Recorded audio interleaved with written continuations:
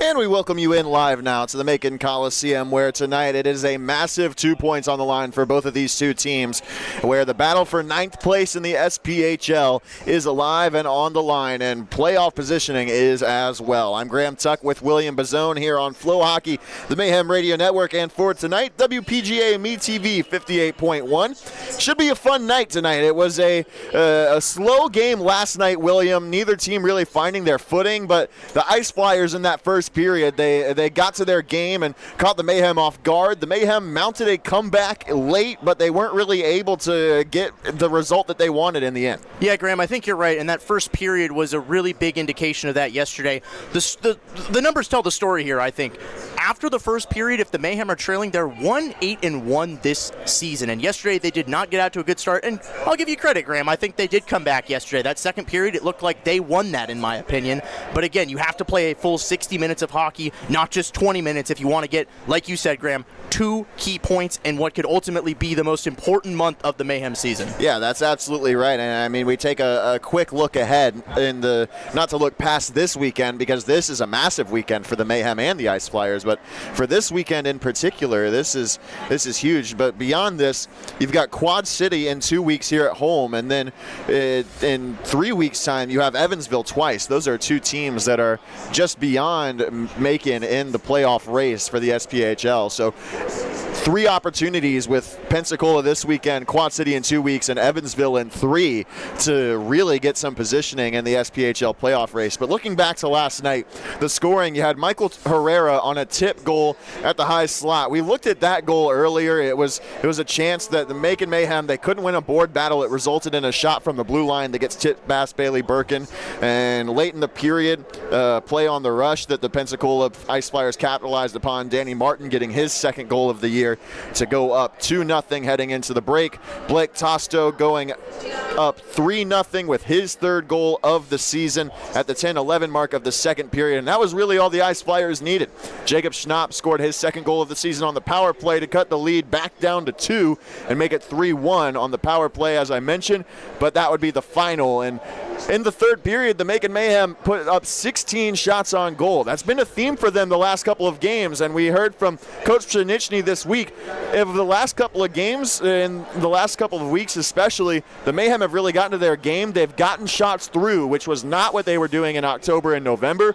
They've gotten to their game. They've been on the forecheck harder than they had been, but they've just not been able to get the puck in the back of the net. And that's tough, Grant, because you look at those statistics this year, the Mayhem are last in the league in goals for, but I'll give them credit. That defensive game has gotten a lot better. They're 6th in goals against. That penalty kill has improved a lot.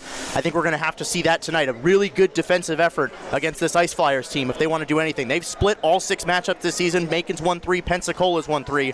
So this is ultimately, like you said, and I'm going to say it again, a key 2 points for Macon tonight. It really is, and a key for this one to me, you mentioned it already briefly, but the first period is going to be massive. Yeah, Graham, you're right. And when they score in the first period and they're leading after 1, 6-2-0. 6 of their 9 wins have been, I don't want to say decided in the first period, but when they get out to a good start and they play in front, that's their brand of hockey, because that's what it's got to be at the end of the day. You got to be aggressive early. You got to be afraid to take can't be afraid to take chances, rather, and go at this Ice Flyers defense. And really in net, the goaltending has been absolutely shaky for Pensacola all season. Brody Cloyes, he was on the Mayhem's roster to start the season, but since joining Pensacola, not really great numbers. Last night I think was his best performance, though. On the season, he's 5-10-1, 315 GAA, 896 save percentage, but again, stopping 35 of 36 last night. He is also just... He had his best performance. But again, tonight, Graham, we saw it.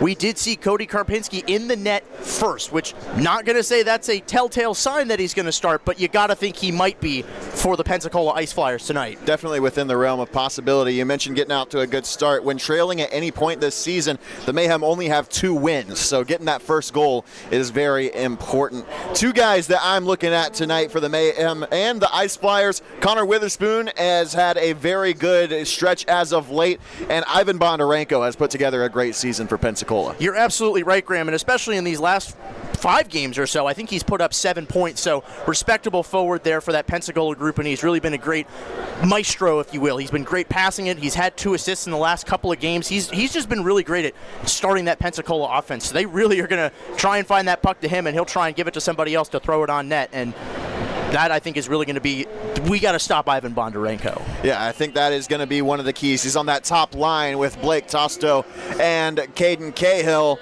That will be a huge key and something that the Mayhem look to do tonight. We'll take a break, and when we come back, we'll present the starting lineups for tonight's game between the Mayhem and the Ice Flyers.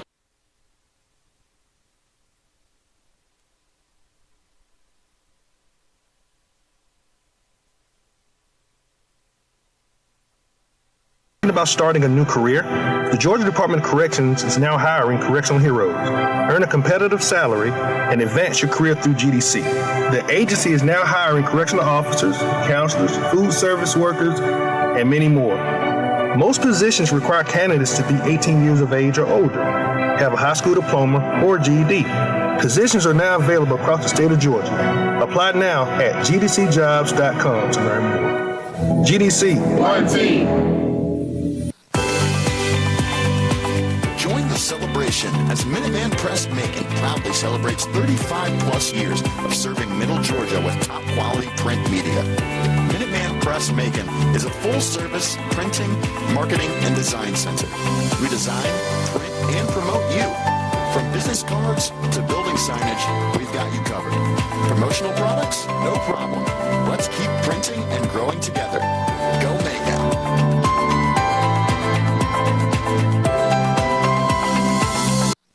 Wesleyan College is a proud sponsor of the Macon Mayhem. A leader in accelerating equality for women since 1836, Wesleyan College prides itself on providing young women with a platform to develop as students, professionals, and emerging leaders in the Middle Georgia community and beyond. Through the power of a liberal arts education, Wesleyan prepares its graduates to make a positive impact not only on the community around them, but around the globe. Join the pack. Apply now at www.wesleyancollege.edu/admission. Hey Mayhem fans, ever wonder how you can experience a night at the Mayhem and go home rich? Well, wonder no more, because if you test your luck and win our 50-50 raffle, you'll go home with half of the pot. Make sure to visit the concourse today to cash in on this opportunity. There's something big happening in the heart of Georgia. A unique college built for women by women. Wesleyan College, accelerating equality since 1836. More than a place of learning, it's a space for empowering future leaders. Women from across the globe come to experience what makes Wesleyan the best. With small classes and dedicated faculty, students receive world-class education. Find out why you belong at Wesleyan. Book your tour today. Want to dress like a pro while repping the Mayhem? Buy tickets for our Jersey Off the Back raffle for tonight's game. You'll get to meet the player and get the game-worn jersey right off of his back to take home for yourself.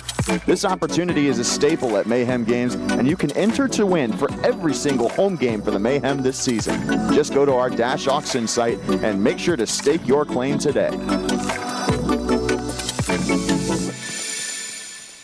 Are you passionate about making Central Georgia a better place? Do you love hockey and enjoy all-out mayhem? If you said yes to both of these questions, then our Nonprofit of the Night program could be for you. Call our front office to be our Nonprofit of the Night for a Mayhem home game this year, and let us showcase you and your nonprofit to valuable members of our community. Let's go Mayhem. Well, hi, I'm Lucy, and I work for Visit Macon, and I'm also the Macon Mayhem's biggest fan. Before every game, I fuel up with a slice from Ingleside Village Pizza. Delicious. On the way to the game, I have to listen to my favorite hype music, so I stop by Fresh Produce Records. Little Richard, good golly! After the game, I've got to keep the rush going, so I stop by Sweet Eleanor's for a little sugar. Macon offers so much more. So Mayhem fans, make sure to plan your ultimate fan experience.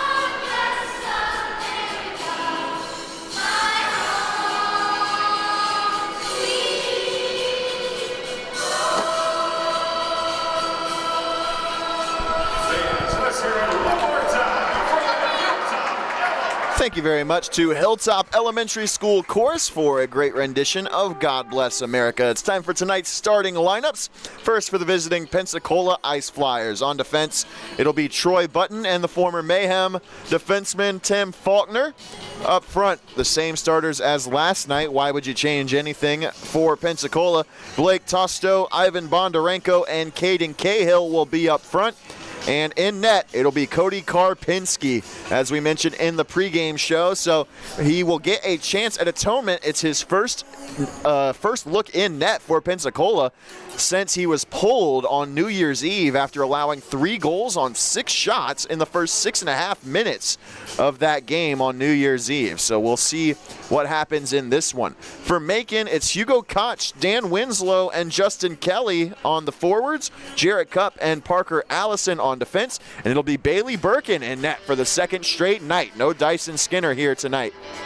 The scratches, it'll be Tyler Ho for the second straight night for Pensacola, and a surprise scratch for Trent Grimshaw tonight for Macon. Jake Raleigh draws back in. One more break, and when we come back, it'll be the start of the first period here in Macon. Thinking about starting a new career? The Georgia Department of Corrections is now hiring correctional heroes. Earn a competitive salary and advance your career through GDC. The agency is now hiring correctional officers, counselors, food service workers, and many more. Most positions require candidates to be 18 years of age or older, have a high school diploma or GED. Positions are now available across the state of Georgia. Apply now at gdcjobs.com to learn more. GDC. One team. Join the celebration as Minuteman Press Macon proudly celebrates 35 plus years of serving Middle Georgia with top quality print media. Minuteman Press Macon is a full-service printing, marketing, and design center. We design, print, and promote you. From business cards to building signage, we've got you covered. Promotional products? No problem. Let's keep printing and growing together. Go Mayhem.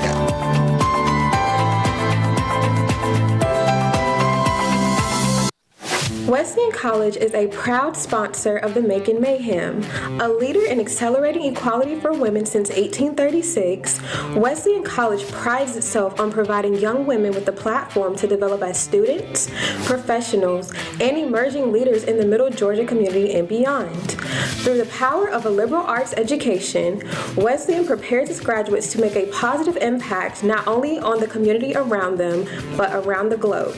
Join the pack. Apply now at www.wesleyancollege.edu/admission.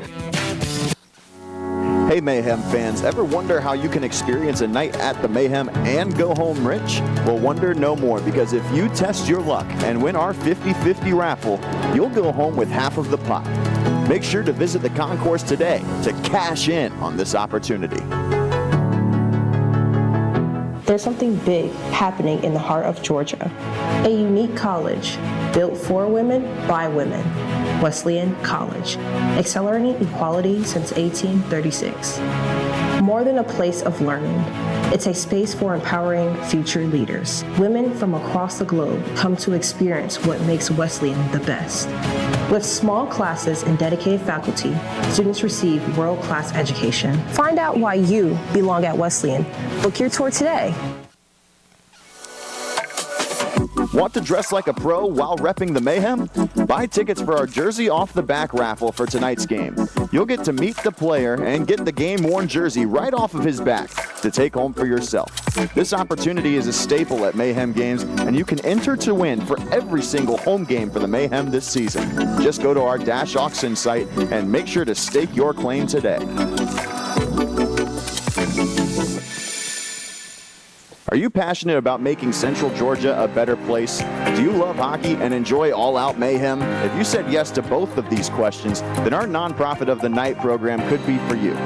Call our front office to be our Nonprofit of the Night for a Mayhem home game this year, and let us showcase you and your nonprofit to valuable members of our community. Let's go Mayhem. Well, hi, I'm Lucy, and I work for Visit Macon, and I'm also the Macon Mayhem's biggest fan. Before every game, I fuel up with a slice from Ingleside Village Pizza. Delicious. On the way to the game, I have to listen to my favorite hype music, so I stopped by Fresh Produce Records. Little Richard, good golly! After the game, I've got to keep the rush going, so I stopped by Sweet Eleanor's for a little sugar. Macon offers so much more. So Mayhem fans, make sure to plan your ultimate fan experience. If you're a big jersey collector like me, then you love getting your hands on specialty jerseys, especially for your favorite team. Well, the Mayhem are fueling fans like you with our season-long jersey raffle this year. Tickets start at $5, and if you win at the end of the season, you'll take home one of all 12 specialty jerseys that the Mayhem wear this year. Make sure to follow our social media and make it out to the Macon Coliseum to see these bad boys in action, and don't wait to get in on the action for our season-long jersey raffle.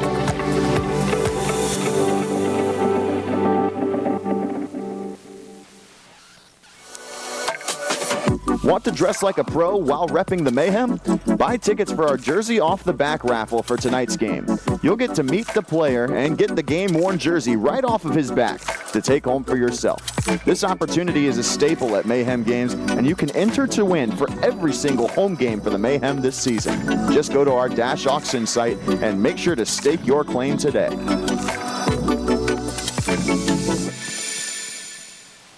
There's something big happening in the heart of Georgia. A unique college built for women by women. Wesleyan College, accelerating equality since 1836. More than a place of learning, it's a space for empowering future leaders. Women from across the globe come to experience what makes Wesleyan the best. With small classes and dedicated faculty, students receive world-class education. Find out why you belong at Wesleyan. Book your tour today. Hey Mayhem fans, ever wonder how you can experience a night at the Mayhem and go home rich? Well, wonder no more, because if you test your luck and win our 50-50 raffle, you'll go home with half of the pot. Make sure to visit the concourse today to cash in on this opportunity. Are you passionate about making Central Georgia a better place? Do you love hockey and enjoy all-out mayhem? If you said yes to both of these questions, then our Nonprofit of the Night program could be for you. Call our front office to be our Nonprofit of the Night for a Mayhem home game this year, and let us showcase you and your nonprofit to valuable members of our community. Let's go Mayhem. Well, hi, I'm Lucy, and I work for Visit Macon, and I'm also the Macon Mayhem's biggest fan. Before every game, I fuel up with a slice from Ingleside Village Pizza. Delicious. On the way to the game, I have to listen to my favorite hype music, so I stopped by Fresh Produce Records. Little Richard, good golly! After the game, I've got to keep the rush going, so I stopped by Sweet Eleanor's for a little sugar. And Macon offers so much more. So Mayhem fans, make sure to plan your ultimate fan experience. If you're a big jersey collector like me, then you love getting your hands on specialty jerseys, especially for your favorite team. Well, the Mayhem are fueling fans like you with our season-long jersey raffle this year. Tickets start at $5, and if you win at the end of the season, you'll take home one of all 12 specialty jerseys that the Mayhem wear this year. Make sure to follow our social media and make it out to the Macon Coliseum to see these bad boys in action, and don't wait to get in on the action for our season-long jersey raffle.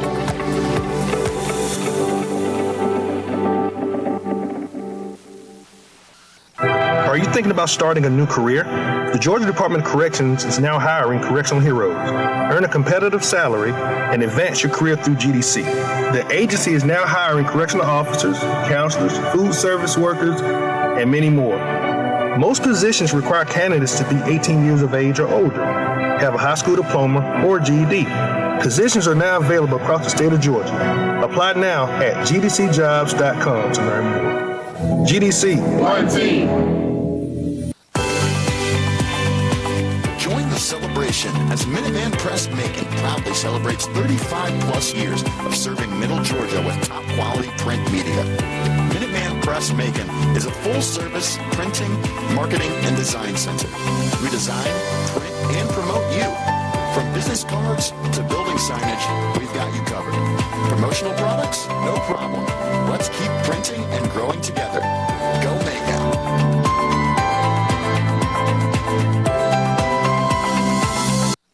Wesleyan College is a proud sponsor of the Macon Mayhem.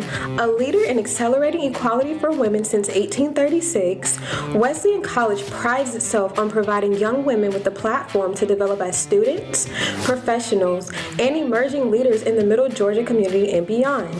Through the power of a liberal arts education, Wesleyan prepares its graduates to make a positive impact not only on the community around them, but around the globe. Join the pack.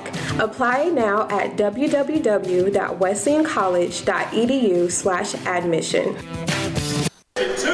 And we're back here on Flow Hockey, WPGA Me TV 58.1 and the Mayhem Radio Network for the Pensacola Ice Flyers and the Macon Mayhem here in the SPHL. I'm Graham Tuck with William Bazone, and William, it's not one of the premier matchups in the SPHL. It's not going to be two teams that are likely vying for the President's Cup this season, but this is a huge game for both of these teams nonetheless. Yeah, absolutely. It's really much a morale booster, shall we say. Both of these teams are in 9th and 10th place, and like we said, it is the battle for 9th place tonight, and Macon really needs this game, and really they need this month to really get into this second half of the season. Tonight's game number 28.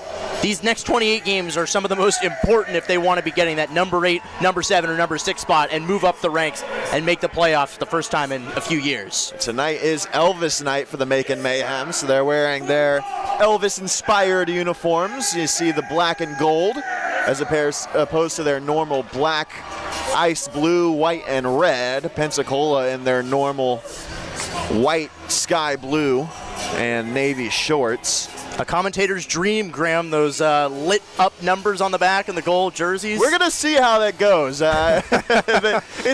When they're facing the other way, it's not that bad. We'll see how it goes from a side-to-side angle. But the puck is dropped and we're underway here in Macon. Macon wins the opening drop. Jarrett Cupp back in his own zone with the puck. D-zone turnover right away. Cahill behind the net looking for a lane. Sends it to the slot. Tipped away, and an intercept from Parker Allison, who's really upped his play over the last month or so. Allison with it here. His shot save. Rebound! Swatted at by Winslow. He couldn't get to it. That was a fat rebound there from Cody Karpinski.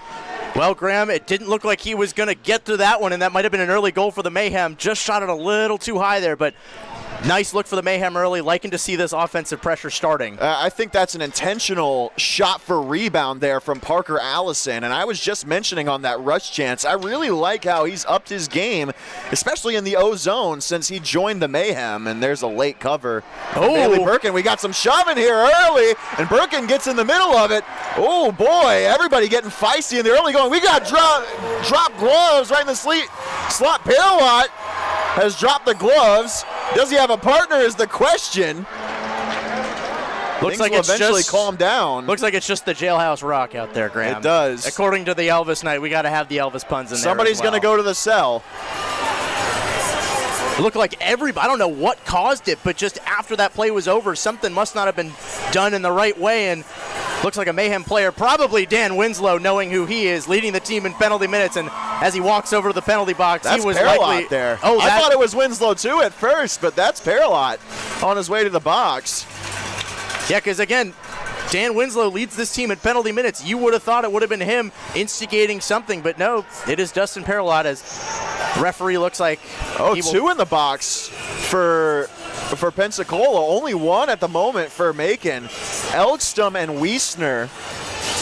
Couple of Pensacola forwards in the box, and only Paralot in the box right now for Macon. They may end up getting a power play from this. How about that, Graham? 49 seconds into the game, and they're going to be on the power play on what was just a little bit of pushing and shoving at the end of the game, or the play there. It was just not Not something that Pensacola wants to start their game with. I mean, yesterday could not have been a slower start to the game, and now already a grade A scoring chance for Macon, and on the other end, fisticuffs right off the bat. What a start we've had tonight. Absolutely, Graham, and that's exciting to see, and just that energy from Macon. Again, we've talked about it before. Getting out to a good start in that first period is big, and they've certainly done that right here. It looks like the referees are talking to, it looks like just Bondarenko. It looks like Winslow went back to the bench, and I guess they're just explaining why there's 2 in the box for the Flyers and 1 for the Mayhem. Paralot standing up in the box is not a good sign. He is looking towards the locker room. Hopefully his night is not over only 49 seconds in. Yeah, that would not be good, especially to be down a defenseman, because you've just upped the roster to 6 defensemen, and to only have 5 the rest of the way. That's a good point. The Mayhem had been playing with 5 defensemen for about a month, and they're just now back to a fully healthy 6 defensemen with Brad Genion back from IR about a week ago. And that is a huge presence as well. Big, bad Brad Genion, as I like to call him, a physical beast of a player, the tallest player on the Mayhem roster, and certainly packs a punch. And if he was on the ice there, you know pretty darn well he might have been starting a little something more than just pushing and shoving. Yeah, we're still getting everything sorted out there. I don't know what they have to talk about. I guess now they're getting the explanation, but just a really weird sequence of events, Graham, like you said, to start this game. Could not be any different from last night. Macon is going to get a power play, according to Jake Goldowski. Well, Paralot's getting up again. I wonder if he's looking for somebody to serve his penalty, because, Graham, like you said, he might be feeling a little hurt there, or some kind of injury after that play. Yeah, that is also definitely within the realm of possibility. Or maybe an equipment issue, too. Either way, like you said, Graham, not great that he's standing up in the penalty box. Meanwhile, obviously trying to get somebody's attention. Yes, very much so. But regardless, it looks like it will be a 4-on-3 power play for Macon. So my question, Macon could potentially be shorthanded here too. That's also not without of. Pshenichny doesn't look pleased. If Macon's on the power play, I don't love the body language I'm seeing from Pshenichny. I think he's probably just a little frustrated with how long this is taking. Well, you go ahead. 4 minutes for roughing to Paralot, I believe, is the call I just heard. Did it draw blood? That must have been what happened. Somebody, Hunt has just entered the penalty box. So somebody's got to serve it. 4-on-4, and now a 5th man has hopped over the boards for Pensacola. Wow, we thought that it was going to be a power play for Macon. And now, after all that, it's 5-on-5 hockey, just the same. Nope, 5-on-4. 5-on-4, excuse me. 5-on-4 for Pensacola. It flipped on its head in a moment's instant. So 4 minutes for roughing to Dustin Paralot.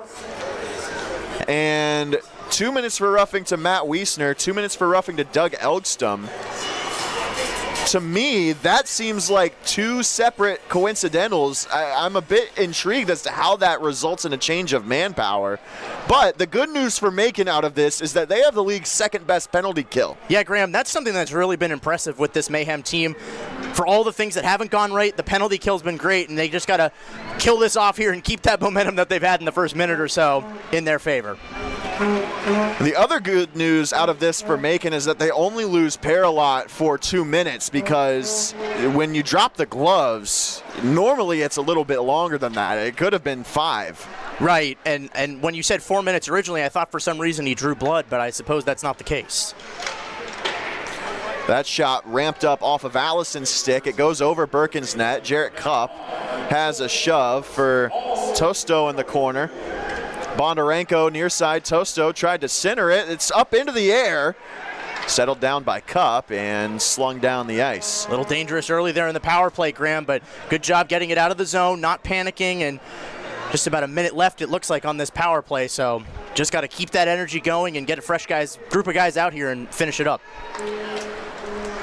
Macon goes shorthanded just 49 seconds into the game. Here's a slap shot. Hamilton. Birkin didn't know where it was, but made the pad save purely off of positioning. And it's sent down by the Macon penalty kill. It seems that something that Birkin's been struggling with is his positioning. Some of those goals haven't been his fault necessarily, but that's one where it was like just right place, right time, got it off his pads, and they send it down 200 feet the other way.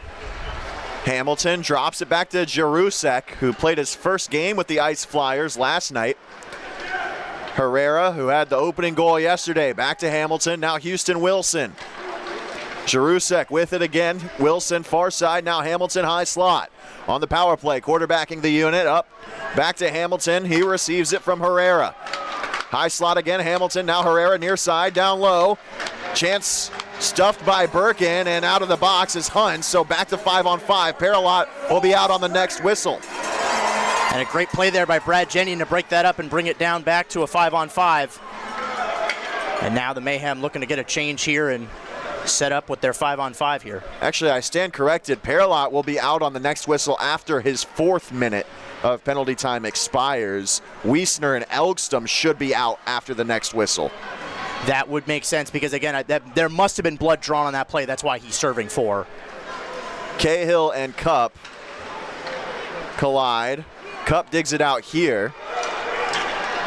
To the near side, pass behind Witherspoon. He kicks it to his blade. Bodied off the puck by Faulkner. Witherspoon gets it back, spins it around to the point for Allison, and the pass off of Cup's backhand, and it's slung back into the zone. Through Karpinski, all the way around the boards to Bondarenko, back down to the corner for Faulkner. And now Bondarenko with it on the wall. Oh! Hit there by Jenyon, and he sits down. Dabrowski, that was a good open ice hit there from Brad Jenyon. He could have put a little bit more body on him if he wanted to there. And could you imagine if he did, this place would have been fired up in this big crowd here for the Macon Coliseum. They would have loved it. And again, that's why I call him Big Brad Jenyon, is because he is a physical beast out there on the ice. Jenyon from Macclesfield, Great Britain. Not exactly a hockey hotbed, but he is a big body, 6'5", and I mentioned it last night, with as long as his legs are, he covers a lot of ground very quickly. With his strides are just so much longer than you would expect him to be. He's not necessarily a crazy fast guy in the stereotypical sense, but he's sneaky fast. Looks like that's going to be a penalty there. Yep, and stick goes down for Allison, and yeah, they'll get two minutes, it looks like, on that play. Yeah, his head went straight to the rafters. That is as easy as a tripping call as you're ever going to see. And why are they doing that? Why are we just throwing the stick out there? And I'm sure Dave Schnitsky's going to have some words to his guys once they get over to the bench. Play smarter defense. Why are we being lazy on defense? That's not what you want to see. But you know, Brad Jenyon, I think so far, again, we've talked about it, physical guy, and made some plays in the offensive and defensive zones last night, so give him credit. He's been really good since coming back for this Mayhem defensive unit. He's been sorely missed. So already 3 penalties against the Mayhem here at the 4:48 mark of the first period. Allison, 2 minutes for a trip. And the league's second best penalty kill heads to the ice again against the league's worst power play. You don't want to test it too much, though. Bartuccio Pereira right into the glove, his offer from the high slot. Well, I guess it's just a good chance for Macon to just keep building up that power play because, again, you mentioned it, Graham, Pensacola, the worst power play in the league. They're operating at 12% success rate, but also keep your eye on Jeremy Gervais. If he comes onto the power play, 3 PPG this season, that leads the team. They might be looking for him here, and also watch out for Ivan Bondarenko with a slick pass by the net. Yeah, Gervais, we haven't seen him on the power play for Pensacola yet. He just arrived with the Ice Flyers yesterday. He was acquired in a trade from the Huntsville Havoc on Thursday. He hasn't even been with the Ice Flyers in Pensacola yet, so he hasn't worked his way onto the power play unit yet. He hasn't practiced with the Ice Flyers a whole lot. But he has more power play goals this season than anyone on the Ice Flyers team, as there's a save on a shorthanded bid by Karpinski. So if he works his way onto that man advantage unit for the Ice Flyers, he could be a danger for them. We'll take a break and come back after this on 58.1 WPGA and Flow Hockey. Delicious. On the way to the game, I have to listen to my favorite hype music, so I stopped by Fresh Produce Records. Little Richard, good golly! After the game, I've got to keep the rush going, so I stopped by Sweet Eleanor's for a little sugar. And Macon offers so much more. So Mayhem fans, make sure to plan your ultimate fan experience. If you're a big jersey collector like me, then you love getting your hands on specialty jerseys, especially for your favorite team. Well, the Mayhem are fueling fans like you with our season-long jersey raffle this year. Tickets start at $5, and if you win at the end of the season, you'll take home one of all 12 specialty jerseys that the Mayhem wear this year.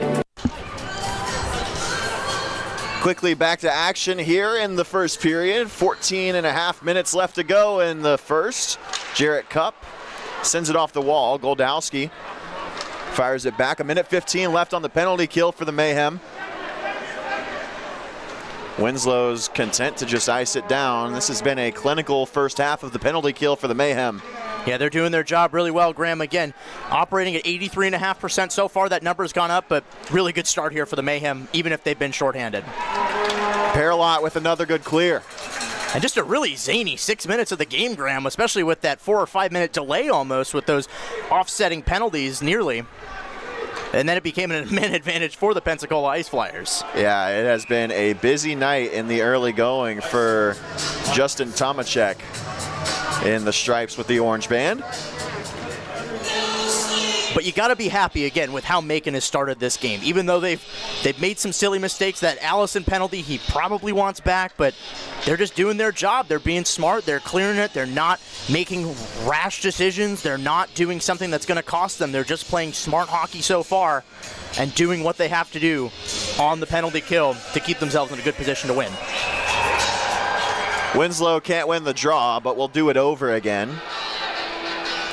Winslow is one of your better face-off winners on the team and really a great defensive forward for the Mayhem as well. So big offensive draw here on the penalty kill for Macon. Goldowski was great in the circles last night. He had a fantastic night. I can't remember many face-offs that he wasn't able to win, especially in the offensive zone. Well, I think we can talk about it, Graham. I think Jake Goldowski's been a huge reacquisition for this team ever since coming back from his ECHL duty. 8 games for the Tulsa Oilers. He only had an assist, but 5 goals since coming back to the Macon Mayhem in the SP, and he's been a really big part of this Mayhem offense. Yeah, and he was great for the Mayhem even before that call-up. That's what earned him the call-up, obviously, and he has been fantastic and a huge part of this team, obviously, since his return. Allison's standing up and getting ready to get out of the box here. Just a few few seconds left. From Karpinski. Hamilton shot blocked, but a tip, and it goes in. Hamilton scores it, deflected off Justin Kelly, and it just tips over Birkin. That's been the way the bounces have gone for the Mayhem. It's 1-0 Pensacola. Well, fortunately, it will not be a power play goal. It looks like Allison got out onto the ice in time, but Birkin's not happy, and clearly the crowd's not happy with it either. I thought I heard some boos coming out from the crowd here early at the Macon Coliseum. That is just an unfortunate bounce, and it feels like every goal has gone that way lately for the Mayhem. 2025 has not been kind so far for Macon. Well, as the great Elvis Presley would say, love me tender. Love the team through and through. It's early, there's still a lot of time, but that's just one goal I'm sure Bailey Birkin's going to want to have back. Looks like we're going to get icing here.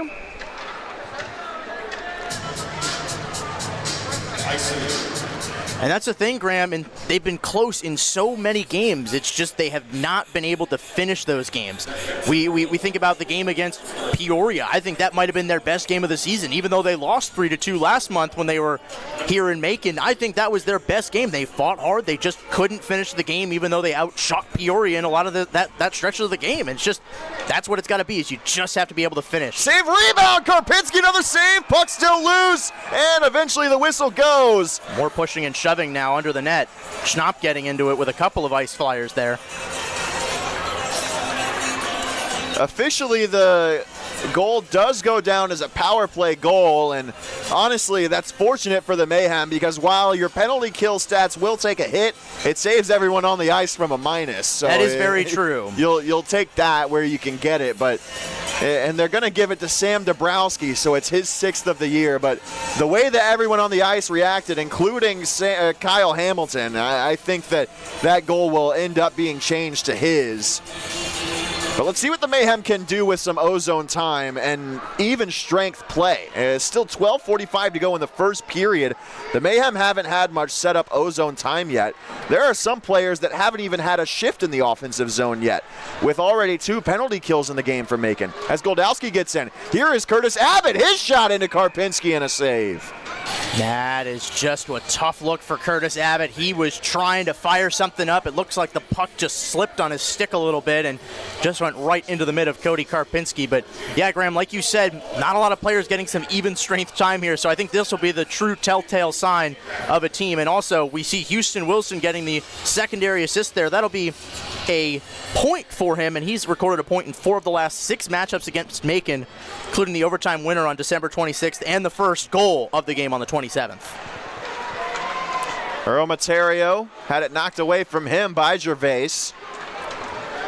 Puck briefly knocked off Kelly's stick by Cahill.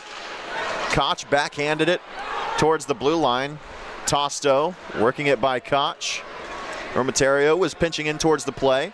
Winslow past Bondarenko to Jenyon off the wall. Sick lifted by Justin Kelly. Great job breaking up that play there, Graham.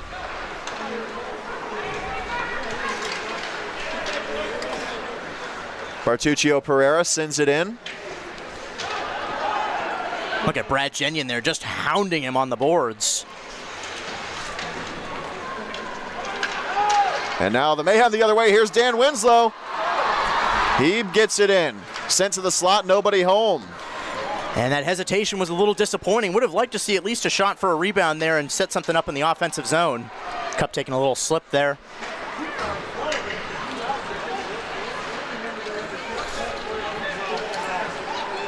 Dabrowski's chance was blocked. Koch picks it up.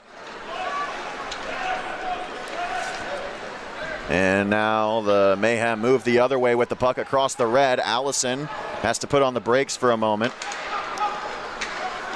And now the Ice Flyers trying to move back the other way. Pace has slowed down a little bit after that chance from the Mayhem following the bump up shift from the Pensacola goal. And you wonder if that's really going to be the way this game goes, as a slow burner aside from that 49 seconds there. Chance in the slot for a moment, but it's knocked away. And a penalty coming up here. This one's going to be against Pensacola. Looks like the net's going to be empty now. They're going to get a 6-on-5 and try for something. Call coming up against the Ice Flyers. And maybe another one. We might be playing 6-on-4 here. Goldowski walking in. His shot blocked there. He's going to get his own rebound. They're going to let it play on, too. Chance blocked there. They are doing everything in their power to keep this in the zone, Graham. And now there goes the whistle. Yep, the whistle. I thought we might get 2 penalties there. I thought so too, and the crowd certainly wanted it, but looks like it may just be one. It's going to be Michael Herrera. Yeah, Herrera, new recent acquisition for the Flyers. He'll sit down for 2, and it's going to be a hold. Now a good chance for that Macon Mayhem power play unit to get something going here. Not a great one in the league, 15.2%. That's 9th best, but Tao Ishizuka, look for him. He's got 4 power play goals. That leads the team, and he'll probably be setting up on that left circle trying to snipe something home.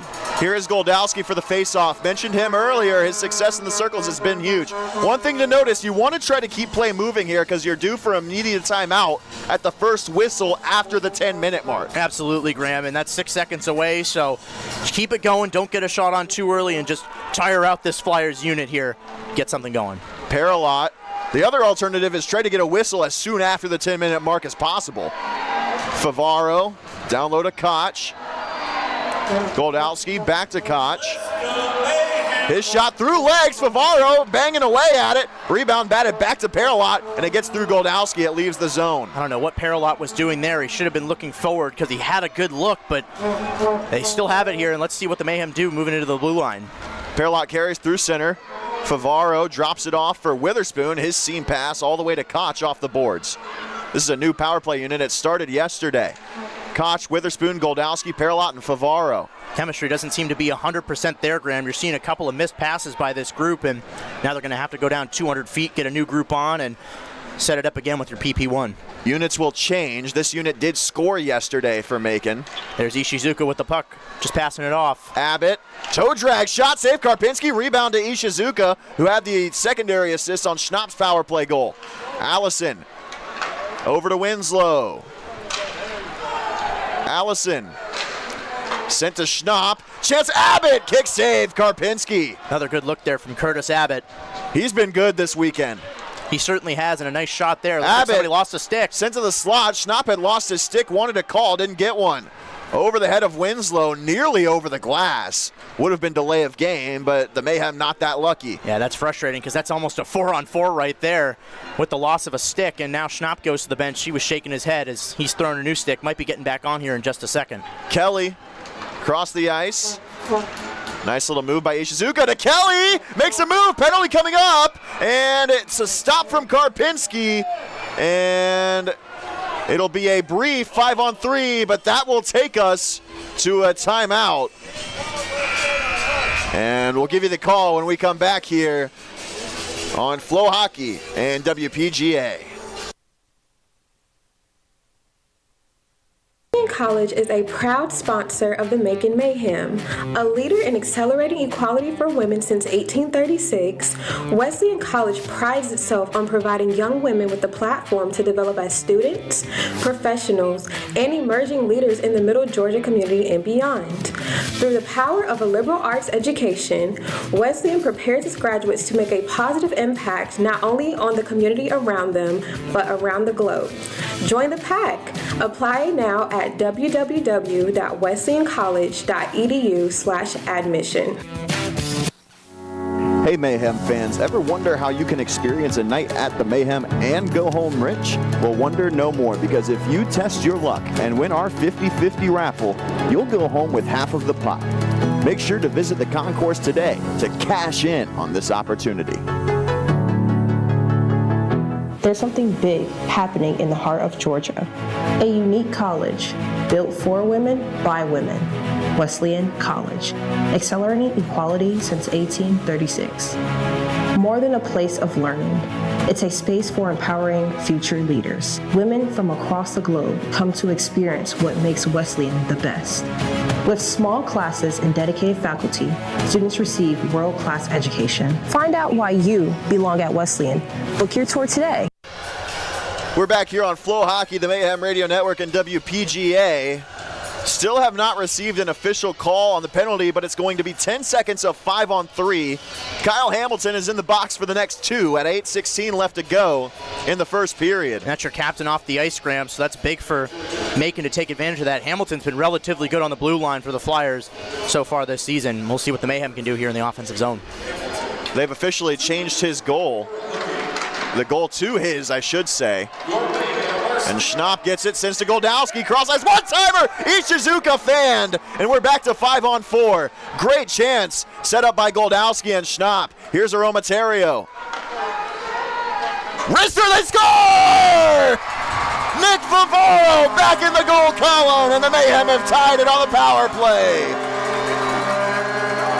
Well, look who it is, Graham. Nick Favaro, and look at that. That's going to be 5 points in his last 7 games. That is an excellent number and a great way to get that power play in the back of the net. Certainly a morale booster early, and now we are level. Whole new game here, Graham. Everything that's happened before wiped off the board. One of the biggest concerns coming into this weekend for the Mayhem was the power play. They've got 2 power play goals this weekend, and that one was pretty. And you go absolutely, short side, top corner, bar down from one of your best producers as of late. Nick Favaro has been great. Well, Ishizuka almost got it in on that goal, but the goal attempt rather, and just missed it, but Favaro cleaned it up nicely a little bit later, and great way to finish up the PP, and now, like I said, Graham, it is a whole new game. Beautiful play there by Favaro. Witherspoon's going to negate the icing. His shot tried to go far side, picked the corner just like Favaro did. And he missed the net, but the Mayhem have tied the game here in the first period. Still plenty of time, and that's what happens when you score as early as Pensacola did. There's plenty of time to get it back, and Birkin just straight up missed that one, but luckily the Ice Flyers were offside and the linesman caught it, because that would have been a brutal goal to give up on the bump-up shift. Well, Graham, I know we've talked about Dominik Hasek before, probably my favorite goaltender. I'm sure you've seen the clip from about 20 years ago where the Capitals go offsides. I think Birkin just kind of knew it. He's like, yep, they're offsides. just going to let it go right in. And you got to hope that's all that was. Well, I think Birkin, certainly his confidence has been relatively good in the last stretch. His record may not show it, but he's looked relatively good in this stretch for Macon. He's got 4 straight games with a save percentage of .906 or higher. And again, those goals last night, I don't know if every one of them was his fault for letting them in, but, still stopping 32 of 35 is a good number no matter what, Graham. Like the physicality on the boards, too. They are doing everything in their power, the Macon Mayhem are. It's just making sure Pensacola doesn't get any looks by the net. Into the zone, the Mayhem come, but a good stick from Sosinski prevents a clean 3-on-2. Off the stick of Kelly, and Bondarenko reverses now. Paralot back to chase with 6.5 even left to go in the first period. Well, Macon and Pensacola have been really big trade partners all season. Sosinski's one of those pieces. 3 points in 14 games for the Flyers this season and making an impact on the defensive end right there with that hit.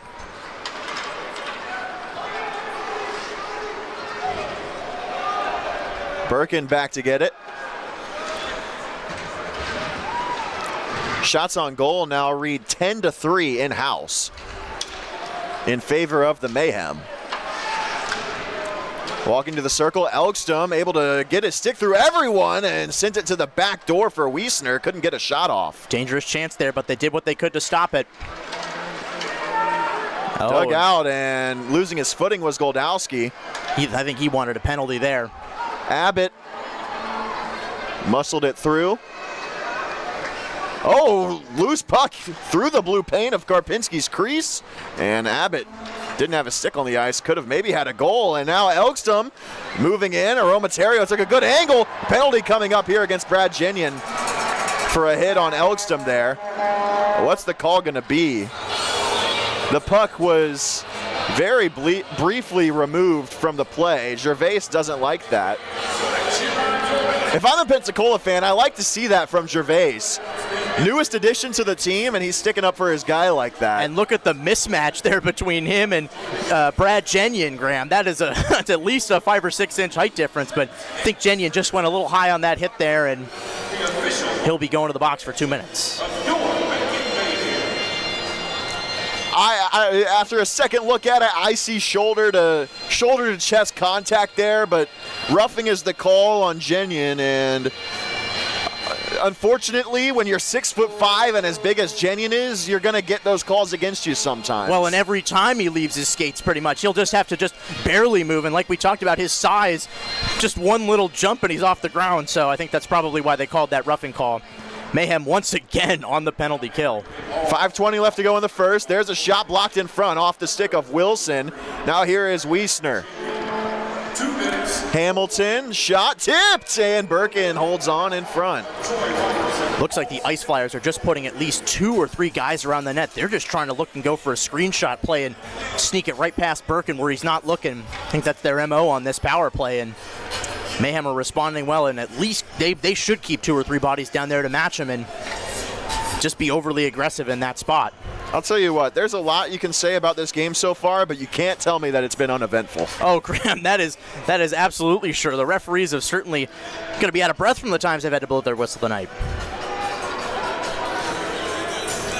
They've already had a plethora of penalties, 4 aside, and a goal each. Had a very low event game last night. It has been the opposite here with 5 minutes left to go. We're due for a break, the next whistle, so that will help out the Mayhem penalty kill.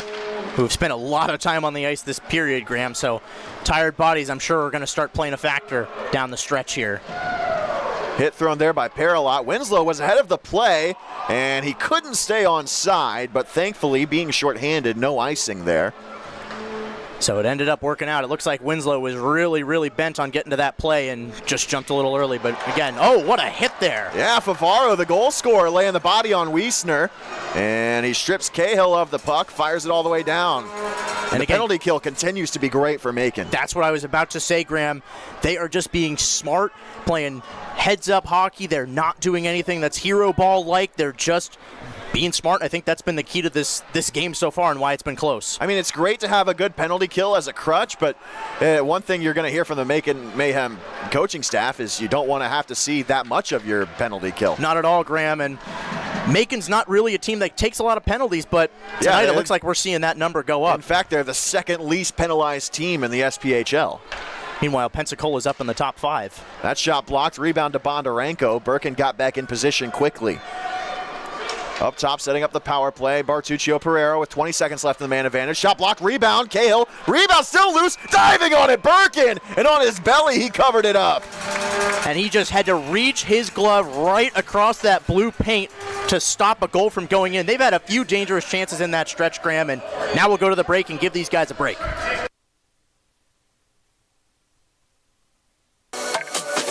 Want to dress like a pro while repping the Mayhem?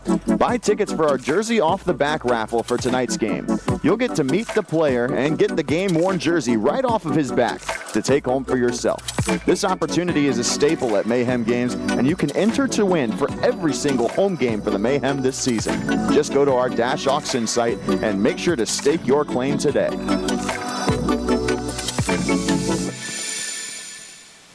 There's something big happening in the heart of Georgia. A unique college built for women by women. Wesleyan College, accelerating equality since 1836. More than a place of learning, it's a space for empowering future leaders. Women from across the globe come to experience what makes Wesleyan the best. With small classes and dedicated faculty, students receive world-class education. Find out why you belong at Wesleyan. Book your tour today.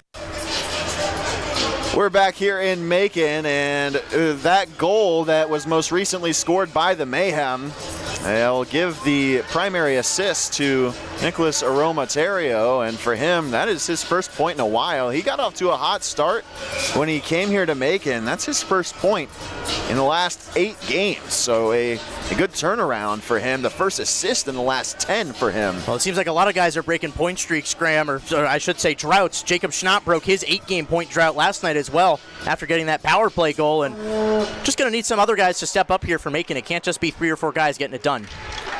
Shot saved by Birkin there as the penalty kill comes to a close with Jenyon standing up in the penalty box. Looked like that might have been a hook there on the boards, but referees did not call it, and now it is back to 5-on-5. With the Mayhem in the offensive zone to boot. It's a big penalty kill. The Mayhem now 2 for 3 officially on the kill tonight, as Jenyon slaps it back in. Loose puck to Kelly. Stick save by Karpinski. Just over 3 minutes left in the first. Mayhem tied with the Ice Flyers at 1. And I think so far, Graham, we got to look down at 200 feet to the ice to Bailey Birkin. He has been relatively impressive so far. Obviously, didn't get off to a great start last night, but certainly locked in tonight. And aside from that goal that he'll probably want back, he's been really great at stopping some dangerous chances in that blue paint.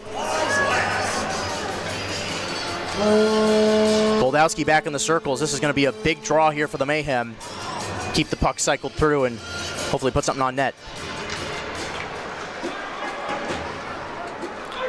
This is going to be an easy icing call for the linesman. I'm thinking back to that goal by Nick Favaro for Macon, and one thing I like the most about that goal for Macon is that they kept it simple. You had the one-timer chance for Tao Ishizuka on the near side.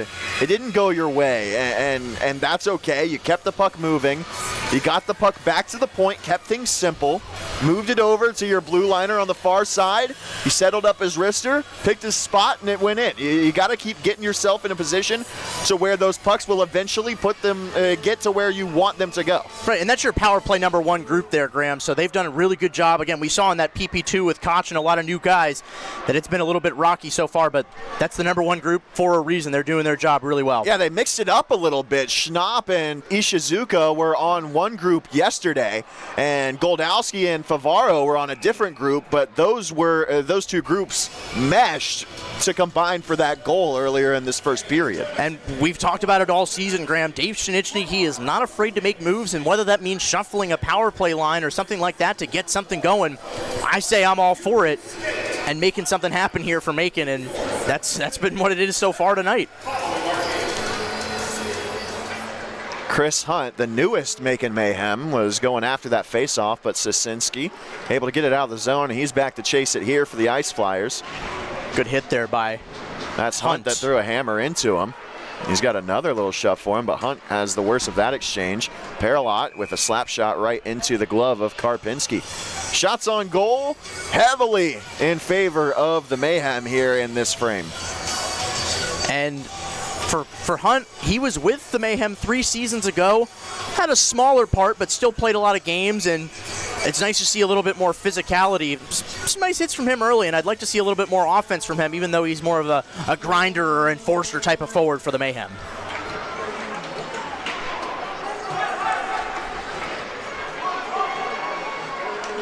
It's flipped up and out of the zone by the Ice Flyers.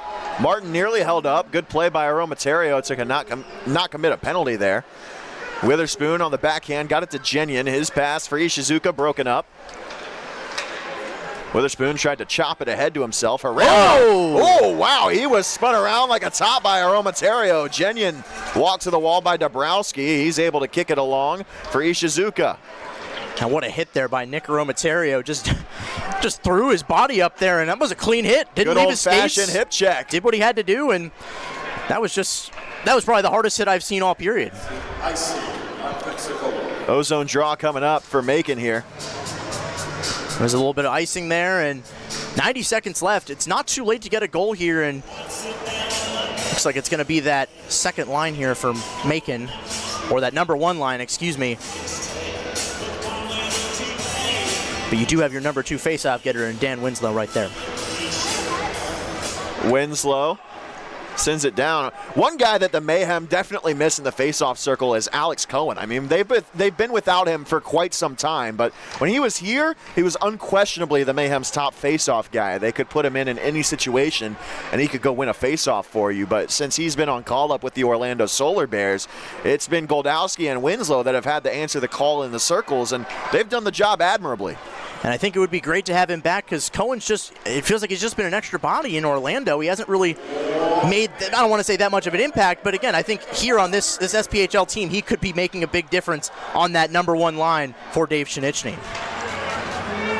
And that's the thing about this league is guys are going to get called up. Oh, Winslow's got a chance here. Jacob Schnapp in the slide. Holds, shoots over the crossbar. Karpinski might have gotten a piece. Those two very familiar with each other from their time in the FPHL. Schnapp had his stick taken away from him for a moment, taken to the boards with 30 seconds left in the period. Still just battling on the board there for the puck, and Macon winning that board battle and trying to set up there. It's a Paralot one-timer, sent it well wide. He missed the net by about 5 feet. Still a good look though, Graham, and they did the right thing there. Got the one-time look, and yeah, just Paralot a little bit too strong and back the other way. 8 seconds left in the period, and the Mayhem did not start well, but they closed well, and they will end this first period tied at 1 with the Pensacola Ice Flyers. William, thoughts on that period? Well, Graham, I think, like you said, it is a tale of 2 periods. They might not have gotten out to the best start, but that penalty-killing unit, they are just doing their job very well, and I think you have to give them credit for the way that they just fought through all those penalties, right, especially in the first part of the game. It looked like it was going to be a power play for the Mayhem, and then, well, it's going to go the other way, and the adversity hasn't seemed to bother them, and I think that's going to have to be a key for the rest of this game, not letting these setbacks bother them. Keep going to the net, keep doing their thing, and eventually I think one will go in for Macon tonight, a little bit luckier than usual. You got to think so. Nick Favaro snipe ties the game at 1 as we head to the first intermission. We'll take a break, and when we come back, we'll recap a very eventful first period for you here on Flow Hockey, WPGA, and the Mayhem Radio Network. Thinking about starting a new career? The Georgia Department of Corrections is now hiring correctional heroes. Earn a competitive salary and advance your career through GDC. The agency is now hiring correctional officers, counselors, food service workers, and many more. Most positions require candidates to be 18 years of age or older, have a high school diploma or GED. Positions are now available across the state of Georgia. Apply now at gdcjobs.com to learn more. GDC. One team. Join the celebration as Minuteman Press Macon proudly celebrates 35 plus years of serving Middle Georgia with top quality print media. Minuteman Press Macon is a full-service printing, marketing, and design center. We design, print, and promote you. From business cards to building signage, we've got you covered. Promotional products? No problem. Let's keep printing and growing together. Go Mayhem.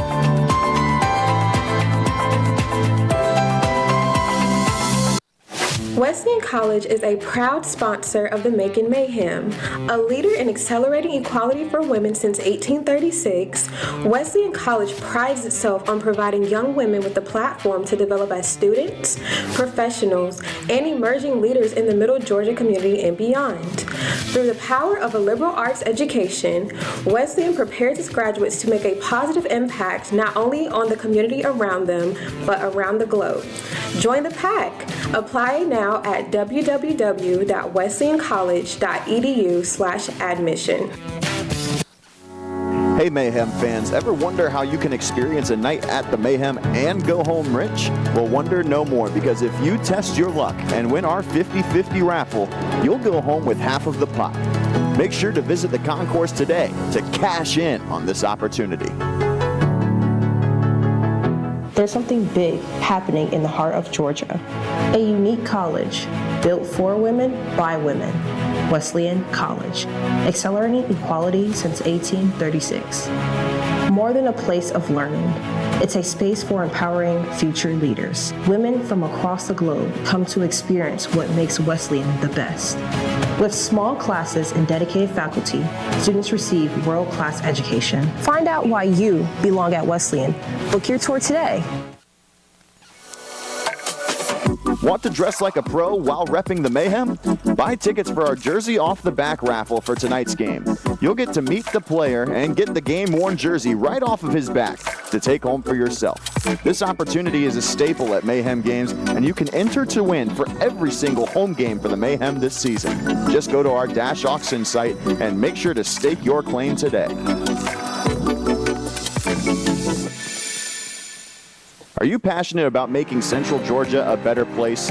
Do you love hockey and enjoy all-out mayhem? If you said yes to both of these questions, then our Nonprofit of the Night program could be for you. Call our front office to be our Nonprofit of the Night for a Mayhem home game this year, and let us showcase you and your nonprofit to valuable members of our community. Let's go Mayhem. Well, hi, I'm Lucy, and I work for Visit Macon, and I'm also the Macon Mayhem's biggest fan. Before every game, I fuel up with a slice from Ingleside Village Pizza. Delicious. On the way to the game, I have to listen to my favorite hype music, so I stop by Fresh Produce Records. Little Richard, good golly! After the game, I've got to keep the rush going, so I stop by Sweet Eleanor's for a little sugar. Macon offers so much more. So Mayhem fans, make sure to plan your ultimate fan experience.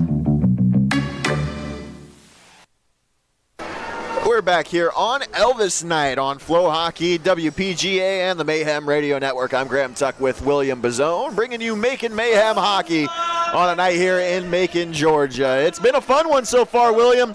Your thoughts on the game so far? It started early. Well, Graham, it was looking like Heartbreak Hotel very early on for the Macon Mayhem, but they rallied after that power play goal, which I believe was now changed to an even strength goal, if I'm not mistaken. It did. Yeah. The game started off early. I mean, we had guys dropping the gloves 49 seconds in. Dustin Paralot with a roughing penalty got the Mayhem shorthanded. An odd situation. Two guys in the box for each team. Dustin Paralot, two separate roughing calls, which you don't see very often, both at the same time. 49 seconds into the first period. Matt Wiesner and Doug Elgstom, both 2 minutes for roughing at 49 seconds into the first. Parker Allison, then 2 minutes for tripping at the 4:48 mark, and at 6:49 is the time of the goal. So they're saying 1 second after Allison was released. So an even strength goal. It was a shot from the point that, from my second watch, it was right after a clinical kill by the Mayhem. and it was a shot from the point, looked harmless. It took a bounce off of Justin Kelly in the slot and just kind of floated over Bailey Birkin into the net. Yeah, and that's unlucky, Graham. And like we talked about in that first period, some just unlucky bounces for the Mayhem. But we talked about it at the end of that first period. Whatever adversity Macon's had to handle tonight, they've done it well, and that's going to be the key to this game throughout this next 40 minutes or so. When they're tied after the end of the first period, the Mayhem are 2-5-1, so the odds don't necessarily favor them. But again, like we've said, got to see that adversity step up. We've seen some nice offensive shifts, but I think the defensive zone has been their key to success so far tonight, Graham, and that's got to continue as well. And Bailey Birkin has also impressed me through 20 minutes of play. I agree. Something that really impressed me was that Mayhem power play when they got to work on that 5-on-3. It was only 10 seconds, but they got set up quickly. Got a great chance. Taui Shizuka had a cross-crease one-timer. He fanned on it, but he got back to the puck quickly and set up a fantastic opportunity for Nick Favaro, and he made no mistake going top shelf, short side, bar down past Cody Karpinski to tie the game at 1. Just 12 minutes into the first period, just past 12 minutes, I should say. And Cody Karpinski certainly rallied from the last time we saw him, Graham. He only played in 6:48 of ice time that night, putting in 3 of 6 on New Year's Eve. Not a great start, but I think he's gotten his confidence back up. And so is a lot of these guys on this Mayhem team. Now that they're kind of all gelling together, that second power play unit, I think, still needs a little more time together, but that PP1, it's looking really great right now. And for a team that hasn't had a lot to celebrate on the power play this season, that was a great morale booster and just something to hang your head on as you go into the second period of play. That it has. The Mayhem power play has been pretty good this weekend. You've got 2 games in a row with a power play goal, and you're 3 for 3 on the kill tonight now that they've changed that goal to an even strength goal for Pensacola. You're 1 for 2 on the power play tonight, and it has been a good night all around for the Mayhem. Vibes in the arena are high. Vibes on the ice are high. But the thing for the Mayhem is the second period is where you've been killed all season long. You got to keep the intensity high as you head into this middle frame. Well, Graham, in the second period in their last 5 games, they've been outscored 7-2, and their season goal differential in the second period -12, and they're 1-3-2 when they're trailing after 2. So if you stay tied, that helps. But going into that final frame, you don't want to be down by a goal or 2. You just want to keep it steady, right the ship, and just keep every bit of momentum you've had so far has been relatively good. Yeah, I mentioned it briefly last night. The Mayhem, -1 in the first period, -3 in the third period, -12 in the second period. They're right there with the rest of the league. But when it comes to the second period, that's where they've been outclassed. And I don't know why that is, because that's usually the period where both teams on a hockey game just kind of tend to settle in. There doesn't really, it's either the game gets off to a really big start, or it's the third period where, okay, now we're going to score a couple of goals, and it just seems like that middle frame is just the one that you don't expect. But for Macon, that is just the one that they really need to work on in this last half of the season. Tonight's game number 28. Let's have a fresh new start to this second half, I think should be Dave Schnitzky's message to his guys in the locker room. He should be proud of what he's seen and should be motivating his guys to keep fighting out there for the next 40. Definitely some things to work on as we head into the last 40 minutes of this game. Shots on goal, 15-7 Macon in that first period, and 2 more to go. 2 periods, that is, left in this one here on a Friday night in Central Georgia. We'll take another break, and when we come back, we'll take a look around the SPHL at the other games in action here on a Saturday night in Macon. Hey Mayhem fans, ever wonder how you can experience a night at the Mayhem and go home rich? Well, wonder no more, because if you test your luck and win our 50-50 raffle, you'll go home with half of the pot. Make sure to visit the concourse today to cash in on this opportunity. There's something big happening in the heart of Georgia. A unique college built for women by women. Wesleyan College, accelerating equality since 1836.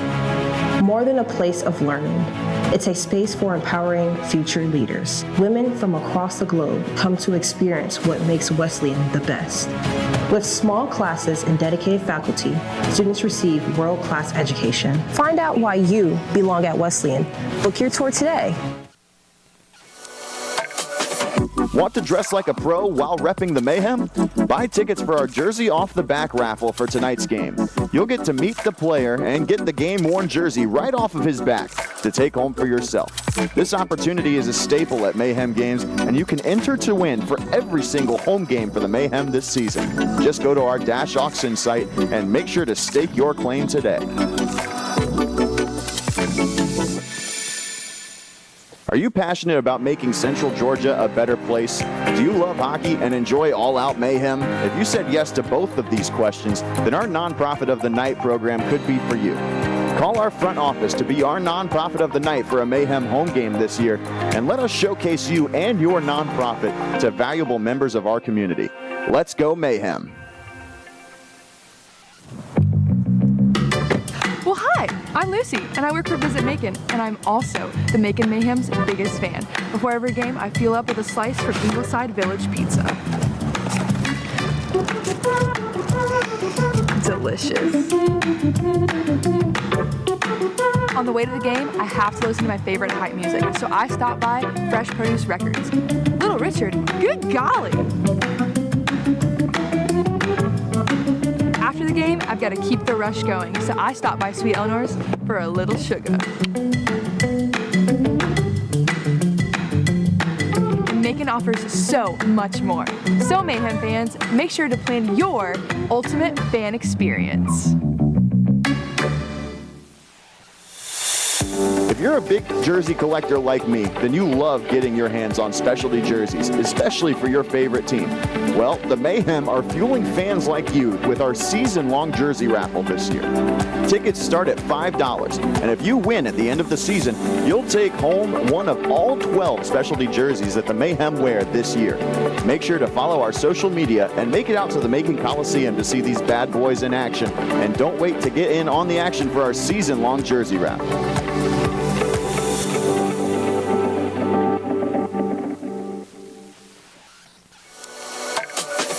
Want to dress like a pro while repping the Mayhem? Buy tickets for our Jersey Off the Back raffle for tonight's game. You'll get to meet the player and get the game-worn jersey right off of his back to take home for yourself. This opportunity is a staple at Mayhem games, and you can enter to win for every single home game for the Mayhem this season. Just go to our Dash Auction site and make sure to stake your claim today.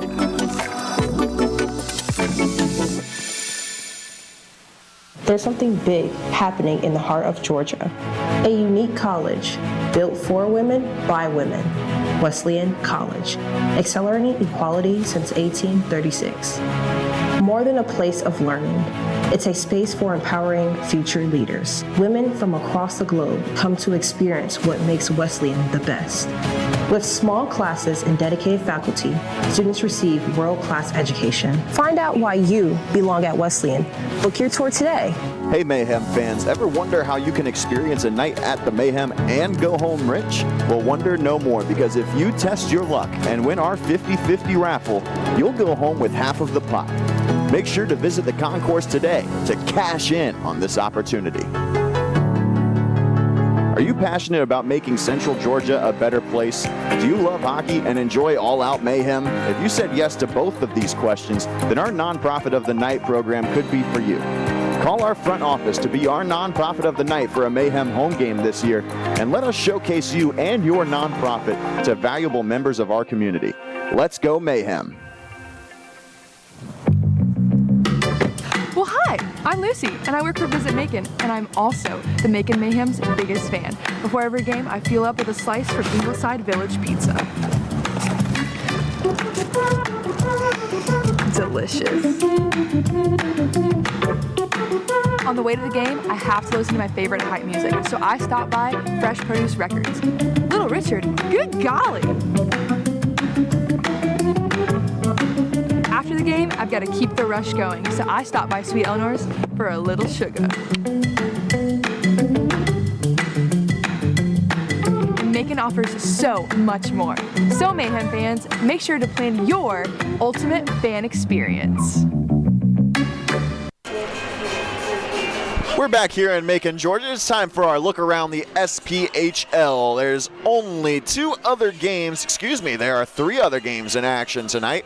There were only 2 other games in action last night. There were 2 postponements Due to inclement weather in the state of Alabama, Huntsville and Birmingham both postponed last night. Only Huntsville postponed tonight. Birmingham and Evansville is still on for tonight.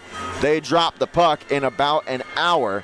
2 games in action right now. Pensacola and Macon tied at 1 after the first period. Knoxville is up 2-1 in Fayetteville. They're into the second period there. Evansville and Birmingham, as previously mentioned, will drop the puck in about an hour, as will Roanoke in Quad City. That'll do it for the first intermission report. We'll be back in about 6 minutes with the start of the second period here on Flow Hockey, WPGA, and the Mayhem Radio Network.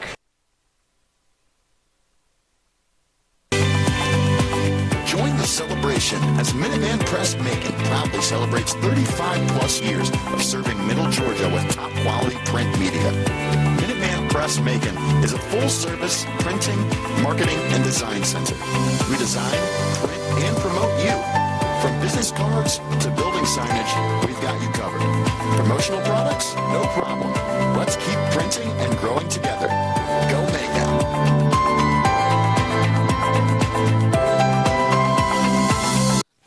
Wesleyan College is a proud sponsor of the Macon Mayhem.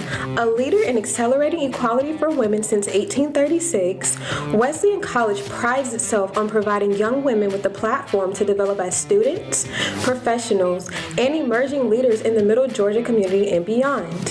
Through the power of a liberal arts education, Wesleyan prepares its graduates to make a positive impact not only on the community around them, but around the globe. Join the pack. Apply now at www.wesleyancollege.edu/admission. Hey Mayhem fans, ever wonder how you can experience a night at the Mayhem and go home rich? Well, wonder no more, because if you test your luck and win our 50-50 raffle, you'll go home with half of the pot. Make sure to visit the concourse today to cash in on this opportunity. There's something big happening in the heart of Georgia. A unique college built for women by women. Wesleyan College, accelerating equality since 1836. More than a place of learning, it's a space for empowering future leaders. Women from across the globe come to experience what makes Wesleyan the best. With small classes and dedicated faculty, students receive world-class education. Find out why you belong at Wesleyan. Book your tour today. Want to dress like a pro while repping the Mayhem? Buy tickets for our Jersey Off the Back raffle for tonight's game. You'll get to meet the player and get the game-worn jersey right off of his back to take home for yourself. This opportunity is a staple at Mayhem games, and you can enter to win for every single home game for the Mayhem this season. Just go to our Dash Auction site and make sure to stake your claim today. Are you passionate about making Central Georgia a better place? Do you love hockey and enjoy all-out mayhem? If you said yes to both of these questions, then our Nonprofit of the Night program could be for you. Call our front office to be our Nonprofit of the Night for a Mayhem home game this year, and let us showcase you and your nonprofit to valuable members of our community. Let's go Mayhem. Well, hi, I'm Lucy, and I work for Visit Macon, and I'm also the Macon Mayhem's biggest fan. Before every game, I fuel up with a slice from Ingleside Village Pizza. Delicious. On the way to the game, I have to listen to my favorite hype music, so I stop by Fresh Produce Records. Little Richard, good golly! After the game, I've got to keep the rush going, so I stop by Sweet Eleanor's for a little sugar. Macon offers so much more. So Mayhem fans, make sure to plan your ultimate fan experience. If you're a big jersey collector like me, then you love getting your hands on specialty jerseys, especially for your favorite team. Well, the Mayhem are fueling fans like you with our season-long jersey raffle this year. Tickets start at $5, and if you win at the end of the season, you'll take home one of all 12 specialty jerseys that the Mayhem wear this year. Make sure to follow our social media and make it out to the Macon Coliseum to see these bad boys in action, and don't wait to get in on the action for our season-long jersey raffle.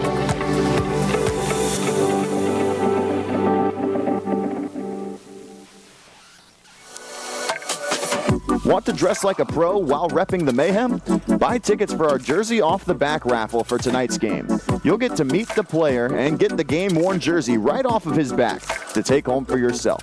This opportunity is a staple at Mayhem games, and you can enter to win for every single home game for the Mayhem this season. Just go to our Dash Auction site and make sure to stake your claim today.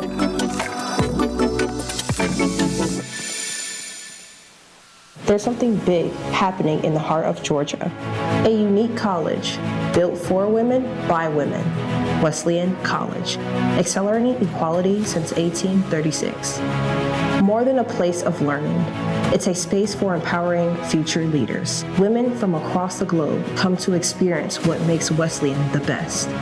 With small classes and dedicated faculty, students receive world-class education. Find out why you belong at Wesleyan. Book your tour today. We are back here in the Macon Coliseum, getting ready to start period number 2. Graham Tuck, William Bazone with you here. Macon Mayhem, Pensacola Ice Flyers, SPHL hockey tied at 1 after 20 minutes. And Mayhem head coach Dave Shinichny, and honestly the whole coaching staff, Taylor McCloy, Phil Esposito, not the Phil Esposito, but Phil Esposito. The message from them has to be the same thing it's been for the last couple of days and even the last couple of weeks for them. You just got to keep doing what you're doing. The goals are going to come eventually, you think. Well, Graham, I think that's absolutely right. It's just they don't have to change much. I think that first period was pretty well done by them. Other than that kind of freak goal that Bailey Birkin let in, the Mayhem just, whatever was thrown at them, they weren't phased. They had some dangerous chances from Pensacola coming right at them, but they just weren't worried as the second half of the season began. Mayhem moving right to left in this period. Ice Flyers left to right. Winslow wins the draw. He's done that well tonight. And we're underway here.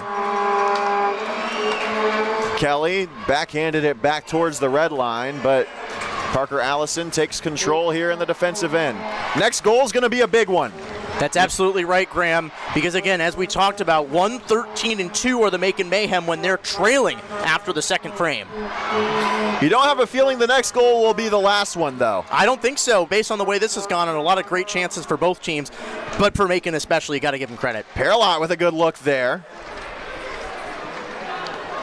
Good bounce-back game. We mentioned it briefly. Bounce-back game for Cody Karpinski. Has a chance on the doorstep for Hugo Koch. Another nice save there by Karpinski. We'll give him credit again. He's been relatively rock solid for the Flyers and keeping them in this game as well. Bondarenko took it to the corner. He's taking a belly. You definitely don't want to see the puck on his stick, Graham. He has been really great for Pensacola in this last little stretch. As we said, 7 points in his last 5 games, so he's really been big. Oh, there is Wilson. He goes down slow. No call against Genion there. Wilson slow to get up, and that was a big hit by Brad Genion. I think Brad Genion did get away with a boarding call there. That was a hard hit. We could hear that all the way up here, Graham. Birkin's eyes were taken away there completely. That shot from the blue line went off the end boards, but Birkin didn't see it one bit all the way through. Looks like Preston Wilson's also back to the bench just okay there, Graham. Ishizuka taken down, no call there as he was held up on his way into the zone. Witherspoon chases it around the wall. He's now on a line with Chris Hunt and Tao Ishizuka, it looks like. Hunt was tripped over by Ishizuka and Sosinski, it looked like. Martin tied up with Favaro. Paralot to the wall with Gervais. Into the skates of Ishizuka. He's going to skate out of the zone with it. Tried to leave it for Witherspoon. Didn't connect. Herrera backhands it along for Martin. His shot into Birkin. Save made. Rebound available. Collected by Paralot on the backhand. Out of the zone over the outstretched arm of Herrera. Good job getting the puck out of there, Graham, and a great save by Birkin once again. Both goaltenders really impressing me so far early, and you're wondering if it's going to be more of a duel. Schnapp ahead for Goldowski, blockered away by Karpinski. He'll shake off that one. I don't think he saw that one the way that he wanted to. Made a sound save, though. Schnapp keeps the zone, sends it all the way around the wall. Goldowski ranges over for it, keeps it moving to the blue line, or at least he tried to. Jarrett Cupp never got the puck. Now sent through center. Parker Allison over to get it. No icing. They'll say that he could have played it. He'll finally end up with the puck on his stick. Sent ahead. Goldowski's going to catch up to a loose puck. No, Hamilton gets there. Abbott has to wait for Goldie to catch up, and now the Mayhem will change. And a good-looking little minute or so there from the Mayhem, Graham, and offensive pressure seems to be looking great so far, and I think everything, like we said, message just has to be the same for them going into this period. The Mayhem have owned the neutral zone here in this period, and now the Ice Flyers trying to go the other way. Jennings another big hit. He's been laying the body here in this second period. All game, really. That shot blocked in front. Birkin a good save on a deflected shot. That's the chance that Pensacola is looking for. They're trying to get tips in front. They're trying to take the eyes of Birkin away because that is how you're going to beat him. We saw that especially on the power plays that the Flyers had in that first period. Chance alone in front. They set it up perfectly, and Wiesner rocketed it wide. Bondarenko around to the near corner. Still got it on his tape to the far side. Wilson settles the puck. Didn't get a look he liked. Had he had it on his stick, he probably would have been shooting that puck there, Graham. Couldn't settle it cleanly. It rolled on him a little bit, it looks like. Just popped up on the wrong end. They're going to run around the boards again, it looks like. Maybe now they'll reverse it, They're cycling here, and now Kelly's going to step in and break that up. But it's taken right back by Bartuccio Pereira. Sent to the point. Now one-timer Gervais, blocked by Winslow. Rebound collected by Wilson. His shot blocked by Aromaterio. Gervais to the far side. Blocked. That's a shot up high onto Koch. He is in some discomfort, and he'll head to the bench. He'll get looked at by athletic trainer Keith Kling. Looks like it might have been in the cheek or something. That might have drawn a little bit of blood. That's definitely a missed penalty on a high hit there. As Wilson's shot tipped in front, Birkin made the stop. Dug out from the slot, taken behind the net and slung out in front by Gervais. And now Ishizuka in a 2-on-1. Ishizuka, his shot passed instead, and Button took Kelly to the net and knocked it off the pegs. Ishizuka waited to the last possible second. I thought he was going to shoot that the whole way. And you see McCloy and Pshenichny talking on the bench immediately. Ishizuka's got to shoot that puck. And that's the thing, Graham. You can't have that kind of hesitation when you've got to look like that on a 2-on-1. That is just brutal. But again, Mayhem doing their job offensively. They've gotten to the net. They've taken care of the stuff in the defensive end. And can't really ask for a better start to this period with all things considered. We'll take a timeout really quickly here. 14:54 left to go in the second. Still tied at 1. Thinking about starting a new career? The Georgia Department of Corrections is now hiring correctional heroes. Earn a competitive salary and advance your career through GDC. The agency is now hiring correctional officers, counselors, food service workers, and many more. Most positions require candidates to be 18 years of age or older, have a high school diploma or GED.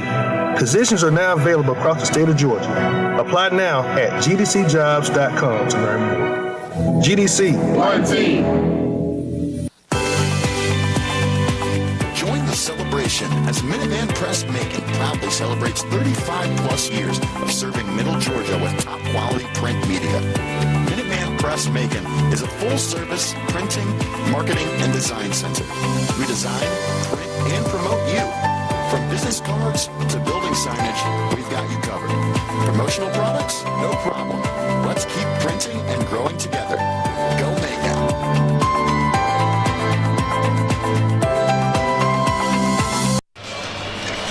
Well, Graham, I think we just got to talk about it here. That shot by Tao Ishizuka. Dave Pshenichny mentioned it earlier this week. You've got to be willing to have that shot-first mentality, especially on a look that he had in that last set before we went to the timeout. And really just been an interesting start to this second period.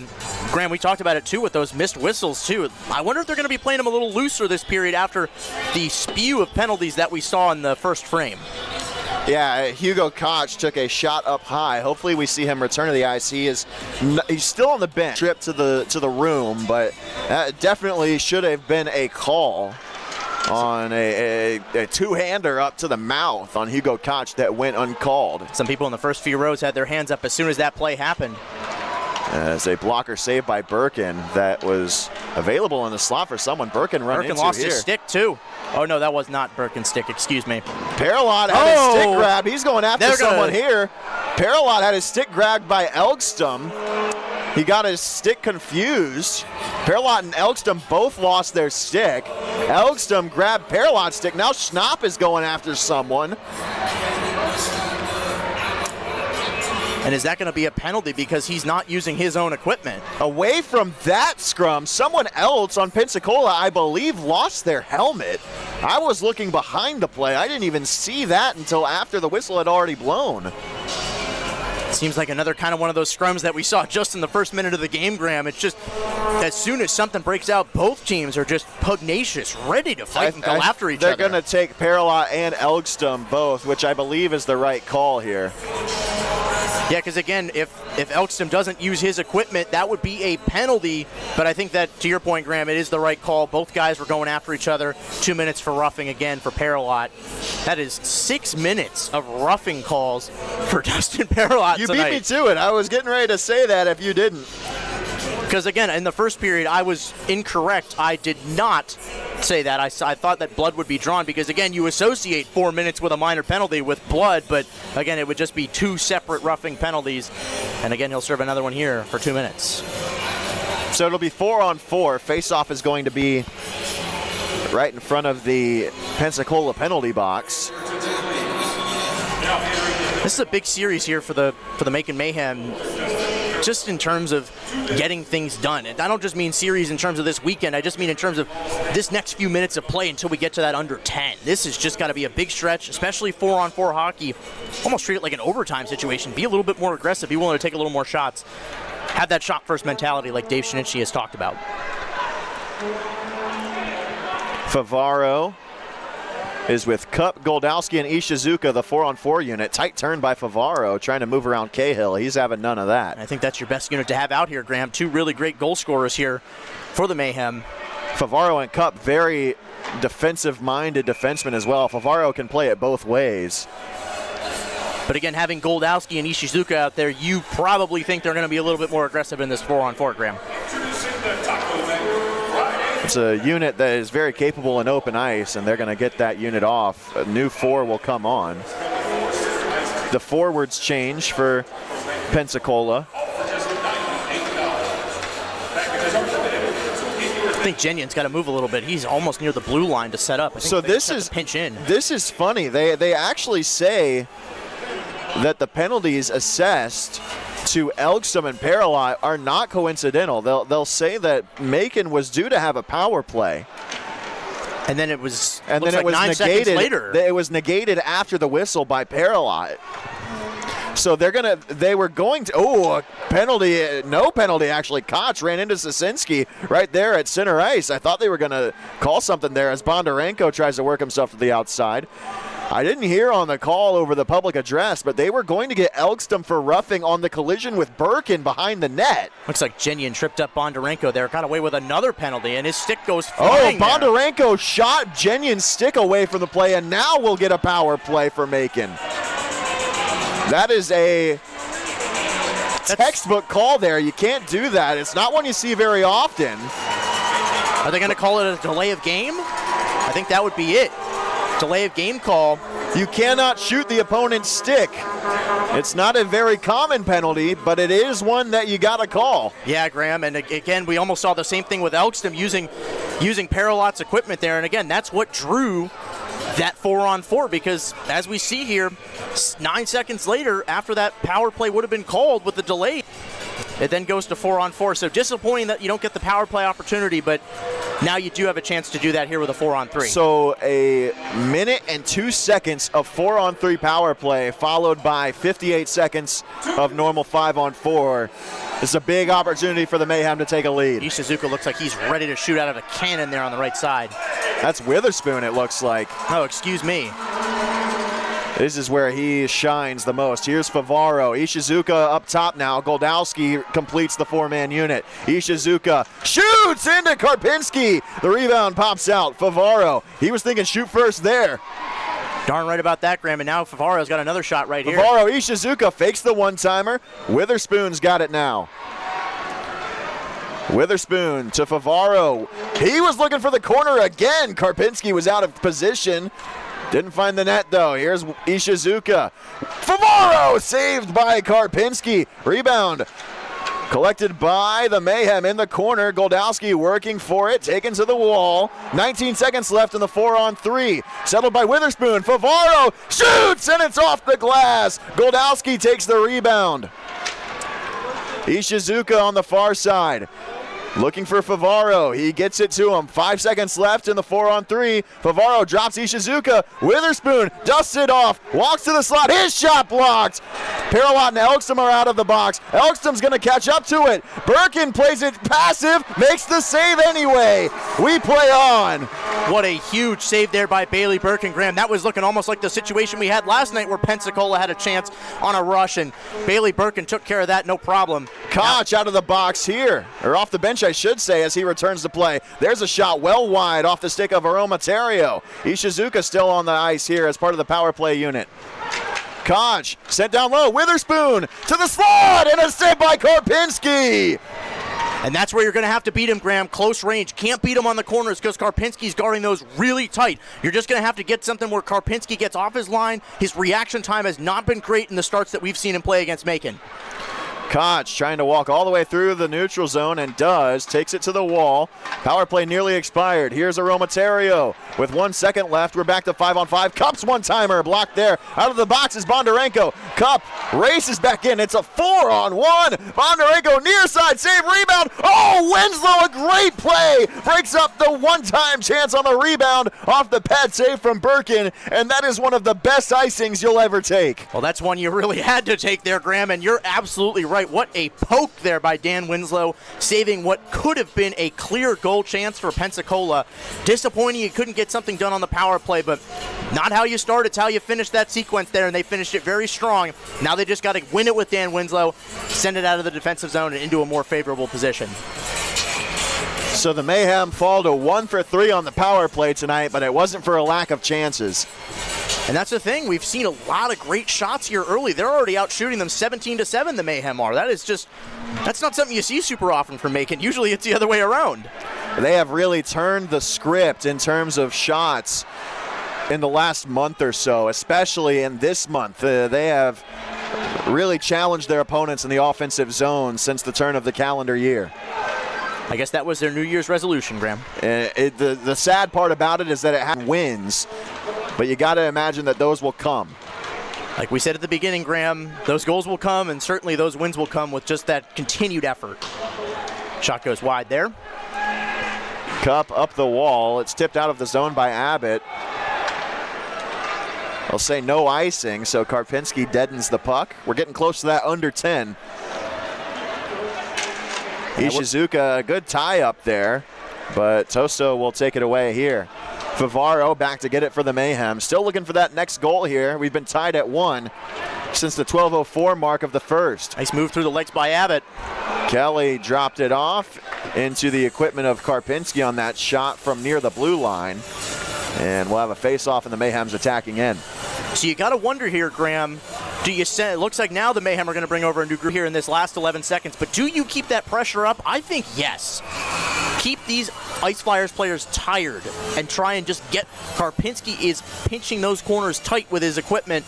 Just got to beat him on a little fluke play. I think that's going to come sooner rather than later. Yeah, I actually haven't talked to the coaching staff about this. I wonder how much the timeout really plays into their game plan at even strength. I doubt it's much, but on the power play, you have to really take that into account. Right, Graham, and that's the thing. In these kind of situations, well, now here comes a chance here. We'll see what happens. Great back check there from Schnapp as Goldowski moves the other way. Even though Schnapp hasn't scored a lot of points, he seems like he's been flying everywhere on the ice, no matter what situation of the game he's in. He gives 100% effort. And a great keep there. There he is right there at the blue line, tapping it between his legs to keep the zone.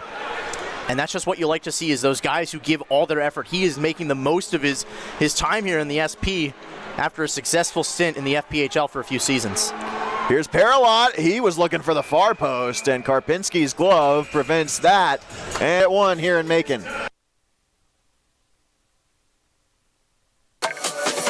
Want to dress like a pro while repping the Mayhem? Buy tickets for our Jersey Off the Back raffle for tonight's game. You'll get to meet the player and get the game-worn jersey right off of his back. The take opportunity is a staple at Mayhem games, and you can enter to win for every single home game for the Mayhem this season. Just go to our Dash Auction site and make sure to stake your claim. There's something big happening in the heart of Georgia. A unique college built for women by women. Wesleyan College, accelerating equality since 1836. More than a place of learning, it's a space for empowering future leaders. Women from across the globe come to experience what makes Wesleyan the best. With small classes and dedicated faculty, students receive world-class education. Find out why you belong at Wesleyan. Book your tour today. Looks like we're headed for a fourth consecutive game in the calendar year of 2025 where the Mayhem have just gotten goalied. I mean, it has been a run for the ages for the Mayhem where they have put up shots on shots on shots. It started with a 41 shot on goal performance on January 3rd where they only put two shots past Stephen Mundinger, then a 37 save shutout for Mundinger on January 4th. Last night, Brody Cloyes made 35 saves in a 3-1 win, and now Karpinski already has 24. Well, that's a good thing, Graham, because, again, the more shots you take, chances are that goalie's just going to keep getting tired and tired and tired. And, again, Cloyes is not playing tonight. Birkin might start feeling the worst of that if the shot tally keeps starting to go up because he faced a lot last night, but give credit to Karpinski. He's played a relatively good game amidst a relatively rocky start for him in these first few games since he's been signed. And regardless of the result tonight, you got to think that we'll see Skinner tomorrow. He has not played this weekend, so that is an advantage that you have tomorrow. You've got a fresh goaltender while the other team doesn't. Yeah, and then you really have to make a decision of who's going to be the better choice, and really you don't have one. So maybe Shinichny's playing more of his mind games here. The thing that's noticeably different from this Mayhem unit compared to earlier in the season is that they're more of a unit compared to earlier in this season. And they're playing more complete hockey. They're playing together, and earlier in the season you'd see guys play more individually, and you're not seeing that anymore, and it's showing on the ice, and it's going to come together in the standings eventually, you'd got to think. Well, it also helps that you haven't had a lot of different signings and call-ups and injuries. The team stayed relatively healthy and keeping that core together because they've used the league most players this year, and just having that lack of chemistry has been a factor, and now it's all coming together for the Macon in the second half. Hopefully it does the same. Yeah, we heard that from the coaching staff this week. Shinichny said that he felt like this was the week more than any other that the team really gelled in practice, and maybe it's the guys that are finally getting healthy as Wilson has a chance on a wraparound and never gets a shot on goal. Maybe it's the fact that they're finally getting healthy and just having time together in practice, but it feels like it's finally starting to come together for the squad. I would absolutely agree with you there, Graham. It's nice to see a fresh new Mayhem unit there's a stick that goes flying. Yeah, Abbott had his stick lifted and he just wasn't gripping it tight enough. It went about 15 feet into the air. You see that every now and then as an intercept there from Jarrett Cupp as the puck was offside, so nobody takes it away from him. Sends it back up to Schnapp at center ice, and Abbott carries it in. Haven't seen him in a while. I thought he's been good this weekend. He certainly has. Looked good tonight so far. Center to the slot, and Schnapp's in it wide. A good setup from Abbott. Speak of the devil. There you go, and Jacob Schnapp again right in front of the net looking to clean up some loose change, and he's standing right there to block Cody Karpinski of anything that comes his way. The Mayhem still without a goal at even strength this weekend. They've dominated special teams. Perfect on the penalty kill against Pensacola this weekend, and they've got 2 consecutive games with a power play goal, but still haven't gotten anything on the scoreboard at 5-on-5. And while that's great to see 2 PPGs, again, even strength is what a lot of this game is played at, so seeing those numbers go up is going to be important for Macon in the rest of this game and the rest of the season, for that matter. Raleigh on the ice. He's got it here. Was looking for Ishizuka, but his pass was intercepted by Wiesner. Raleigh's also been pointless since his big goal against Pensacola on the 27th. Good stick there from Witherspoon. He's going to get it back here, looking for Raleigh, and it was just behind him. Ishizuka from a sharp angle off the outside of the net. Broken up by Witherspoon, got to the forecheck there, sent to the slot, broken up by Paralot. Elgstrom had it in his equipment. That was a great forecheck from that line of Witherspoon, Raleigh, and Ishizuka. And it is not stopping, Graham. They're still doing their best to keep that puck in the offensive zone. Potentially a breakaway for Elgstrom. Birkin could have come out and got it. He just let it come to him, and it never resulted in a shot. Probably a smarter play from Birkin. I know he likes to play the puck a lot, and I think that's one play right there where he probably shouldn't have and had something dangerous go his way. No harm, no foul. Ishizuka took a hit in the corner. He gets back to his skates. Kelly took a tough hit to the leg there. That's a slew foot right there. Kelly sends to the far side, walking into it, Armentario. His shot blocked, and it goes to the far corner. Winslow settles the rebound. Sent to the near side, Ishizuka. Sent, they score! Justin Kelly, the tap in. What a setup, Ishizuka. And the Mayhem have the lead. And Graham, we talked about it earlier. That was going to be the way to beat Cody Karpinski. Don't do anything silly. Don't try the corners. Don't try and go down the middle. You got to beat him on a trick play, one that he's not going to be able to get because his reaction time has been not the best in his first few starts, and that is another one that he's probably going to want to have back. Great goal there from Macon, and now they're back in front. That is what you want to have towards the end of this period going into the third. Justin Kelly gets the goal, a fantastic one at that. And for Kelly, it's his fourth of the season. He's been hot lately, and he gets back in the goal column as Schnapp tries to get right back to it. Schnapp uses his body to shield the puck. Allison a shot, nearly tipped in front by Abbott. Mayhem with the bump-up shift, trying to get right back to it. Oh, we got a fight! Sasinski dropping the gloves. No, Schnapp drops his stick. I thought they were going to go at it. Sasinski gave him a little high stick there on his way back to the bench, too. I think those guys are looking to fight at some point here. Abbott is still offside. I have seen that a couple times this season from Schnapp, where those dreads go flying and the locks are swinging, and it looks like he's going to drop the gloves, and it just never happens. He's the easiest guy to identify on the ice, Graham, and he is just some guy that he loves to ruffle some feathers sometimes. I think 200 penalty minutes with the Carolina Thunderbirds in 22-23. Well over. Also a 20-goal score there as well. Schnapp getting looked at on the bench as well by Keith Kling. He is exasperated. He had a shoulder issue that had him in a non-contact jersey for a little bit this week. And he may be wonder if that's favoring flaring that up. shoulder a little bit.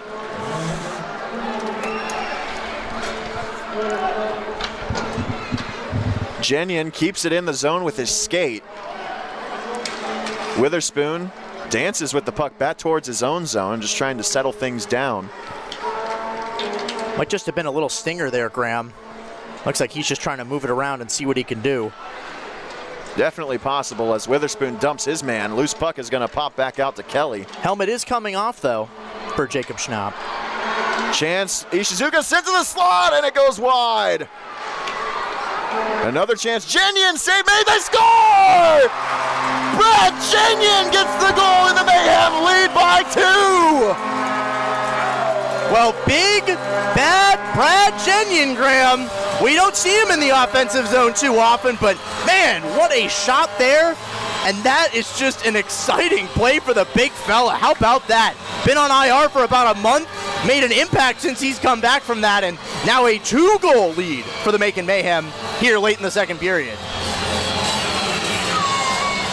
The Englishman gets himself on the board.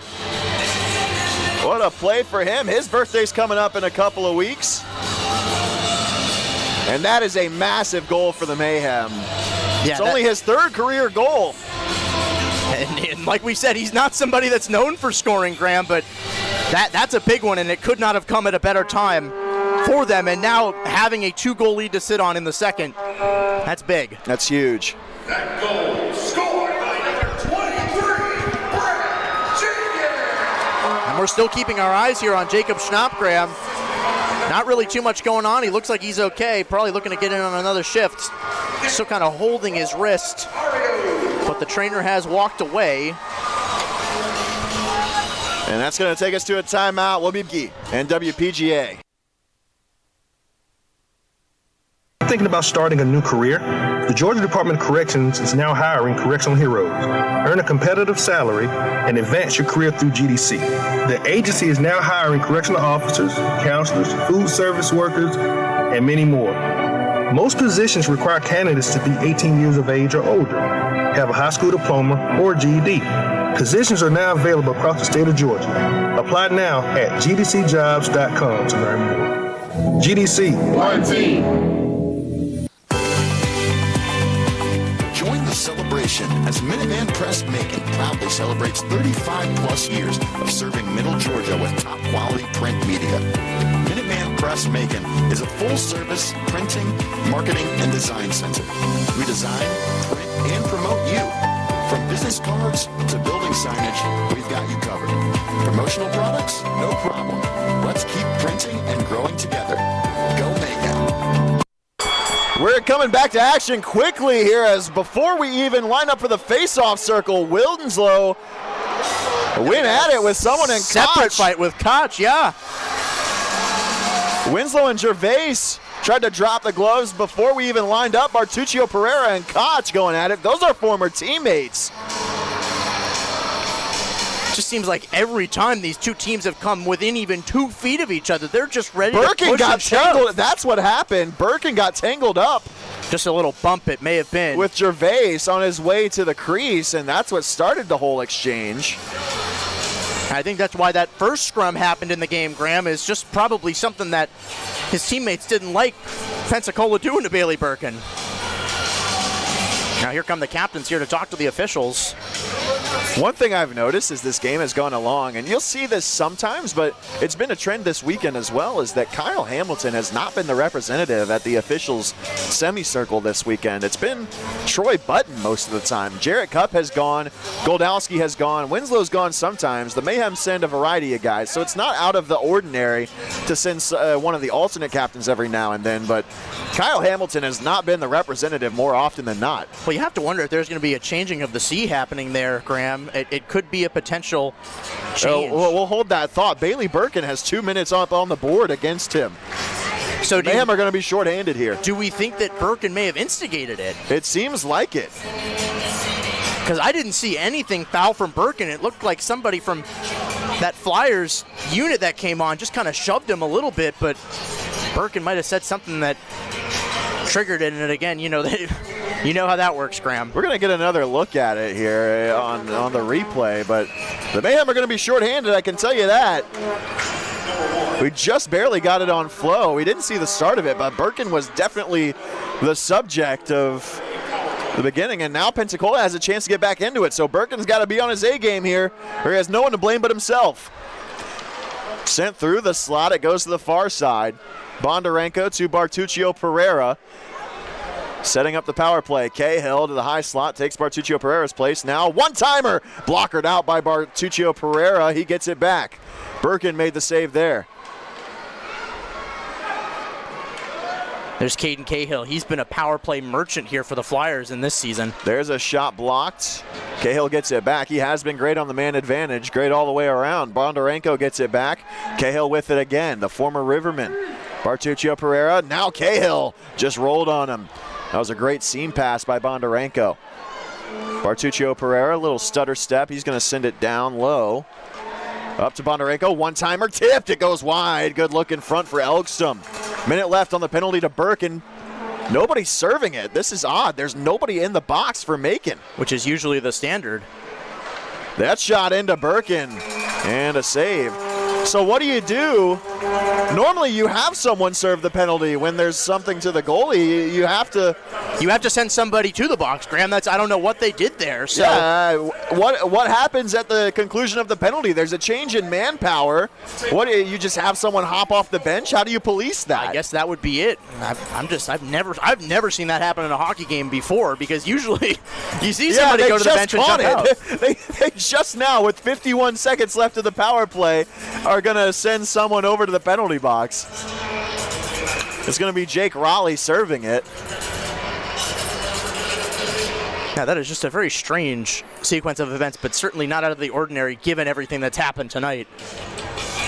That's really odd. They are calling Bailey Burke in 2 minutes for interference. I don't know how you can call interference when the puck wasn't in play. But would have been roughing, is my guess. But yeah, might have done.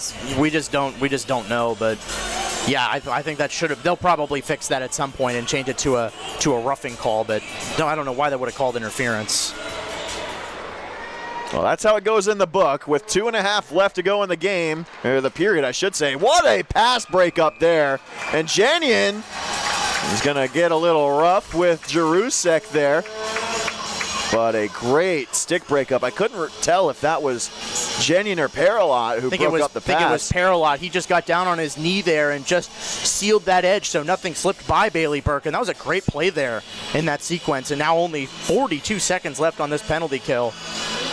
Big chance here for the Mayhem to just end this period on a high note. Up 2 goals.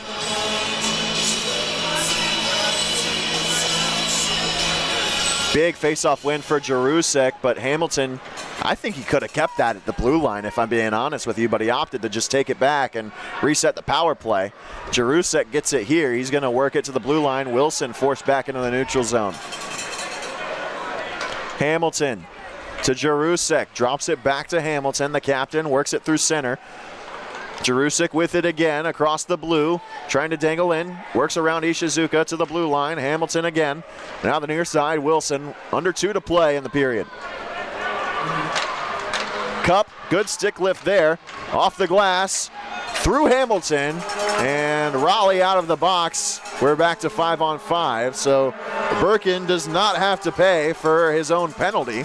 Not sure why the Flyers were so conservative on that power play, especially given they're down 2 goals. Yeah, it was a very lackadaisical power play, and a whistle here. I believe they're going to get a hand pass.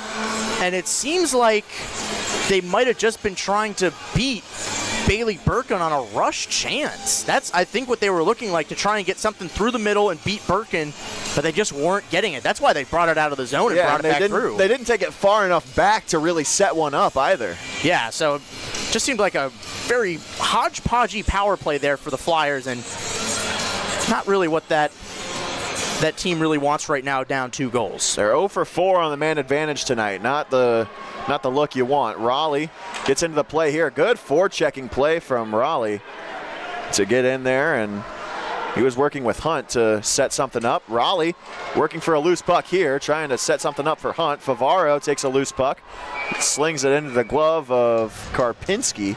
With 1:08 left, we'll have a face-off. Well, Gary Graham, the head coach of the Pensacola Ice Flyers, was there with Pensacola when they won the President's Cup in 2012-13. This is his 2nd season back with the team. Most notably, 6 seasons with the Fort Wayne Comets in the ECHL, 251, 130, and 51 record, and 4 seasons with more than 40 wins. This just seems very unlike a Gary Graham coached team right now, one that's been used to success not only at this level, but levels above it as well. Yeah, it has not been the season that Pensacola has imagined. 8-17, 1-2 this year. The Pensacola Ice Flyers, they're 1 point back of Macon for 9th place in the 10-team SPHL. Looked a lot better in their last 10. Goldowski's going to have a breakaway here if he can catch up. Karpinski out of his net to play it. Ishizuka can't keep the blue line. But yeah, not a season to remember so far for Pensacola. Potentially a chance 2-on-1 broken up by Paralot. That was Bondarenko and Cahill in a short-lived 2-on-1. Winslow ahead for Goldowski, and he can't settle that pass. Winslow a little antsy, not on target. Too much mustard on it there, Graham, because he would have had that entire Ice Flyer line beat. Here's Ishizuka to Goldowski! Scores! Oh my goodness, Graham! Jake Goldowski gets his 11th. And the Mayhem, with 25 seconds left, have a 3-goal lead. Unbelievable, Graham. I just was shocked how wide open Jake Goldowski was on that play. And that is why you put those 3 together. A fantastic setup. It starts with the forecheck from Dan Winslow. And screaming one-timer right past Cody Karpinski. That is just an incredible sequence here in this 2nd period. And for a period that's been hard for Macon all season long, this is probably the best 2nd period we've seen from them in quite a while. It's been excellent. They're +3 tonight in the 2nd period, and it has been an unbelievable frame for Macon. They will take so many positives out of it. Number 20, Jake Goldowski. Officials won't have to look at that one again to tell you the assists either. It's from Tao Ishizuka and Dan Winslow. Both guys competing for the assist title for the Macon Mayhem as well. And that will take us to the break. It was a fantastic second period for Macon, and it sees them up by 3 at the end of the second. 4-1 our score after we entered the second, 1-1. We'll take a break, and when we come back, we'll recap the second period for you. It was a great one for Macon. Still one period to go, but the Mayhem sitting pretty through 40 here on Flow Hockey, WPGA, and the Mayhem Radio Network. Want to dress like a pro while repping the Mayhem? Buy tickets for our Jersey Off the Back raffle for tonight's game. You'll get to meet the player and get the game-worn jersey right off of his back to take home for yourself. This opportunity is a staple at Mayhem games, and you can enter to win for every single home game for the Mayhem this season. Just go to our Dash Auction site and make sure to stake your claim today.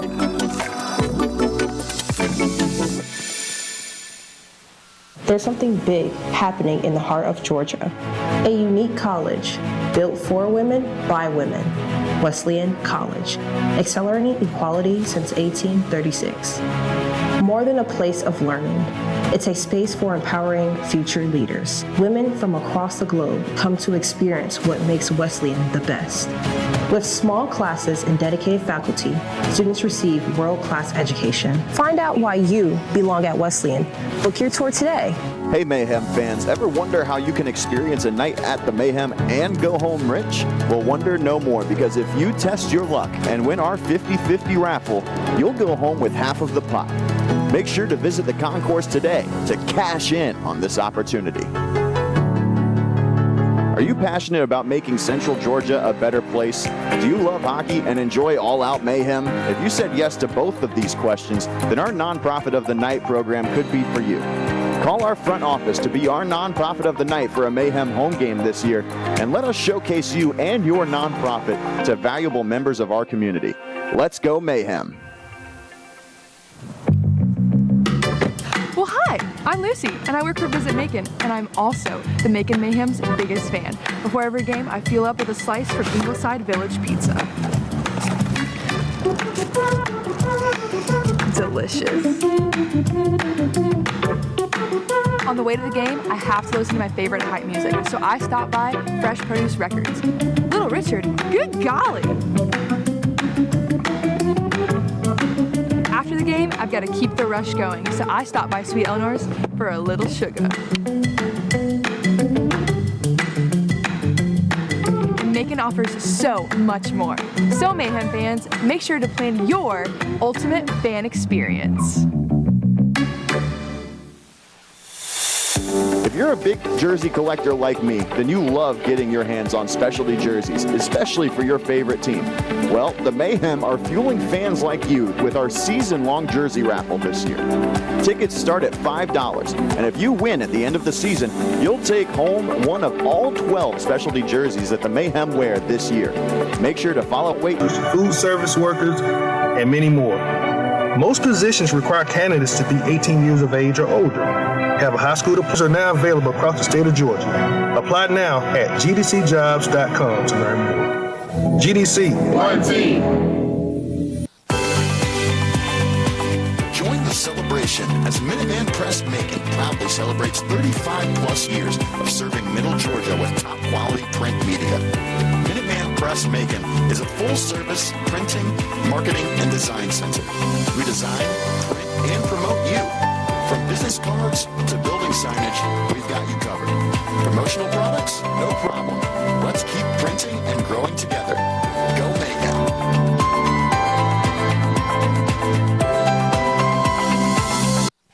Wesleyan College is a proud sponsor of the Macon Mayhem. A leader in accelerating equality for women since 1836, Wesleyan College prides itself on providing young women with a platform to develop a student community around them, but around the globe. Join the pack. Apply now at www.wesleyancollege.edu/admission. Hey Mayhem fans, ever wonder how you can experience a night at the Mayhem and go home rich? Well, wonder no more, because if you test your luck and win our 50-50 raffle, you'll go home with half of the pot. Make sure to visit the concourse today to cash in on this opportunity. There's something big happening in the heart of Georgia. A unique college built for women by women. Wesleyan College, accelerating equality since 1836. More than a place of learning, it's a space for empowering future leaders. Women from across the globe come to experience what makes Wesleyan the best. With small classes and dedicated faculty, students receive world-class education. Find out why you belong at Wesleyan. Book your tour today. We're back here in Macon, Georgia, where a fantastic second period sees the Macon Mayhem up 4-1 on the Pensacola Ice Flyers after a 3-goal performance in the middle frame. I'm Graham Tuck here on Flow Hockey, WPGA, and the Mayhem Radio Network. I'm with William Bazone, and then William, I mean, the second period has been a struggle for the Mayhem all season long. I think it's safe to say that's the best middle frame they've played all year. Well, as the great Elvis Presley would say, Graham, if I can dream of a better land where all my brothers walk hand in hand, tell me, oh why can't my dream come true? This has been a dream come true for the Macon Mayhem here in this second period. 3 goals in that middle frame, not something you see all the time, and it has just been not the people that you would expect scoring goals. We had one from Brad Jenyon, of all people, a defensive defenseman coming up and just putting in some loose change. It's just been a way better start than I think most fans and even probably the coaching staff was thinking in their own minds. And we said it all weekend, all period, all game long. You got to keep doing what you've been doing.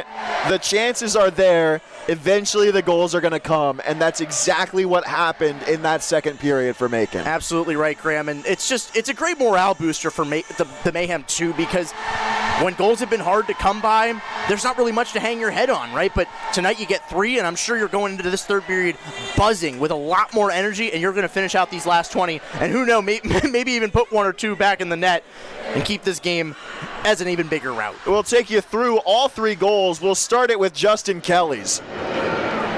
And then just watch this here, just a slow little cycling around. They're just waiting and then just cleaning up the loose change. And like we said, Cody Karpinski was not a goalie that you were going to beat on a cool shot or an impressive looking goal. You were going to get him somewhere where he was out of position. And that right there, his reflexes were not great. We saw that in his last start on New Year's Eve, and that's why he got the can early.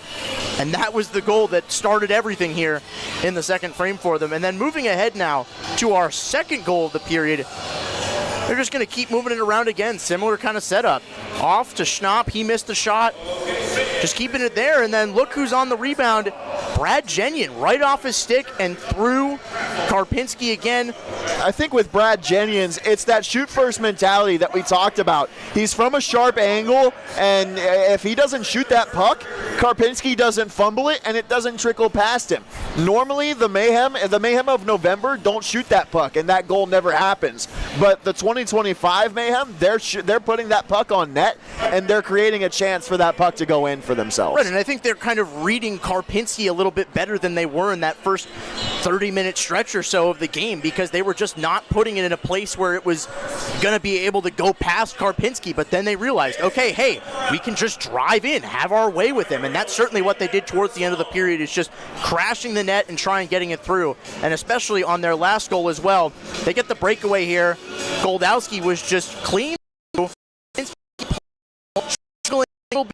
They just can't get it out of the zone. And Winslow with a good forechecking play there. Oh, absolutely. And then just a nice cross-ice pass to Jake Goldowski. You might have heard me audibly scream, yeah, on that play. I was just shocked that he had been so wide open, and they took advantage of that forecheck. And great two-way play here by Macon as well. You got to give them credit, and especially Dan Winslow and Tao Ishizuka seemingly going blow for blow on who's going to be leading the team in assists after tonight's game. Tao Ishizuka with a 3-assist period. in that second frame. Unbelievable. 2 primary assists and the secondary on Brad Jennings. An unbelievable second period for the Mayhem, and especially Tao Ishizuka. Justin Kelly had a goal and an assist in the second. Dan Winslow had 2 assists in the period as well. Brad Jennings a goal. Jake Goldowski also has a multi-point game tonight as well now. It's 4-1 Macon through 2. We'll take another break, and when we come back, we'll take another look around the SPHL and get you all caught up with the rest of the league's action tonight. You're thinking about starting a new career? The Georgia Department of Corrections is now hiring correctional heroes. Earn a competitive salary and advance your career through GDC. The agency is now hiring correctional officers, counselors, food service workers, and many more. Most positions require candidates to be 18 years of age or older, have a high school diploma or GED. Positions are now available across the state of Georgia. Apply now at gdcjobs.com to learn more. GDC. One team. Join the celebration as Minuteman Press Macon proudly celebrates 35 plus years of serving Middle Georgia with top quality print media. Minuteman Press Macon is a full-service printing, marketing, and design center. We design, print, and promote you. From business cards to building signage, we've got you covered. Promotional products? No problem. Let's keep printing and growing together. Go Mayhem.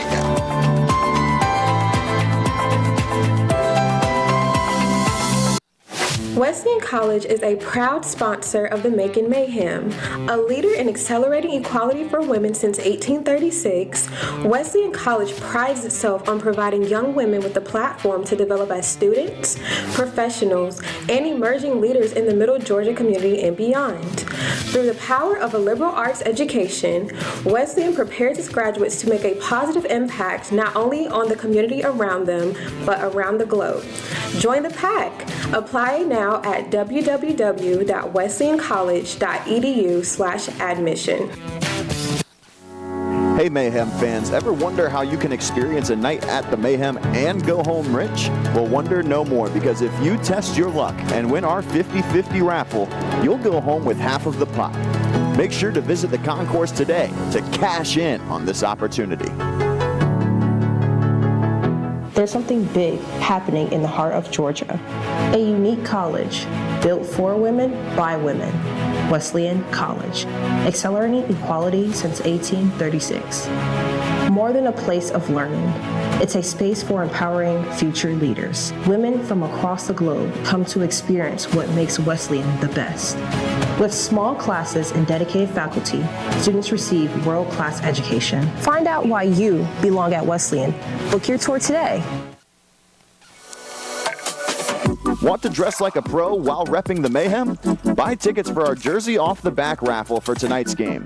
You'll get to meet the player and get the game-worn jersey right off of his back to take home for yourself.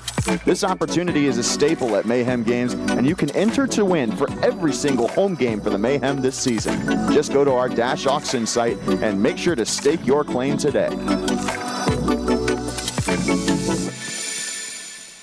Are you passionate about making Central Georgia a better place? Do you love hockey and enjoy all-out mayhem? If you said yes to both of these questions, then our Nonprofit of the Night program could be for you. Call our front office to be our Nonprofit of the Night for a Mayhem home game this year, and let us showcase you and your nonprofit to valuable members of our community. Let's go Mayhem.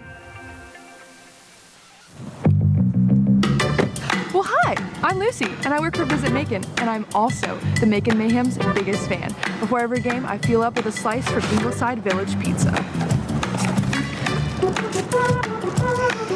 Delicious.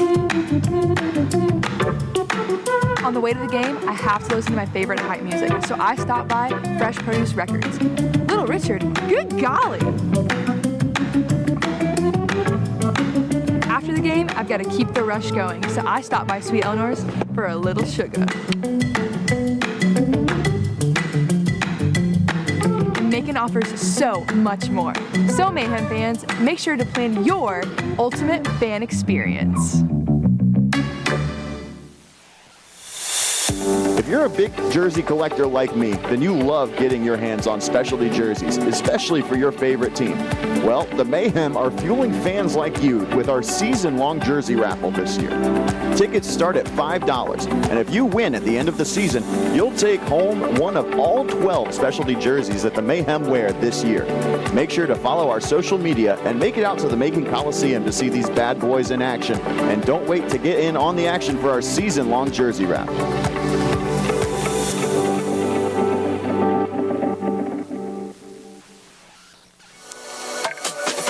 Want to dress like a pro while repping the Mayhem? Buy tickets for our Jersey Off the Back raffle for tonight's game. You'll get to meet the player and get the game-worn jersey right off of his back to take home for yourself. This opportunity is a staple at Mayhem games, and you can enter to win for every single home game for the Mayhem this season. Just go to our Dash Auction site and make sure to stake your claim today.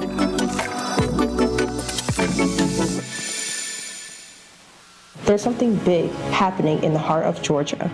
A unique college built for women by women. Wesleyan College, accelerating equality since 1836. More than a place of learning, it's a space for empowering future leaders. Women from across the globe come to experience what makes Wesleyan the best. With small classes and dedicated faculty, students receive world-class education. Find out why you belong at Wesleyan. Book your tour today. Hey Mayhem fans, ever wonder how you can experience a night at the Mayhem and go home rich? Well, wonder no more, because if you test your luck and win our 50-50 raffle, you'll go home with half of the pot.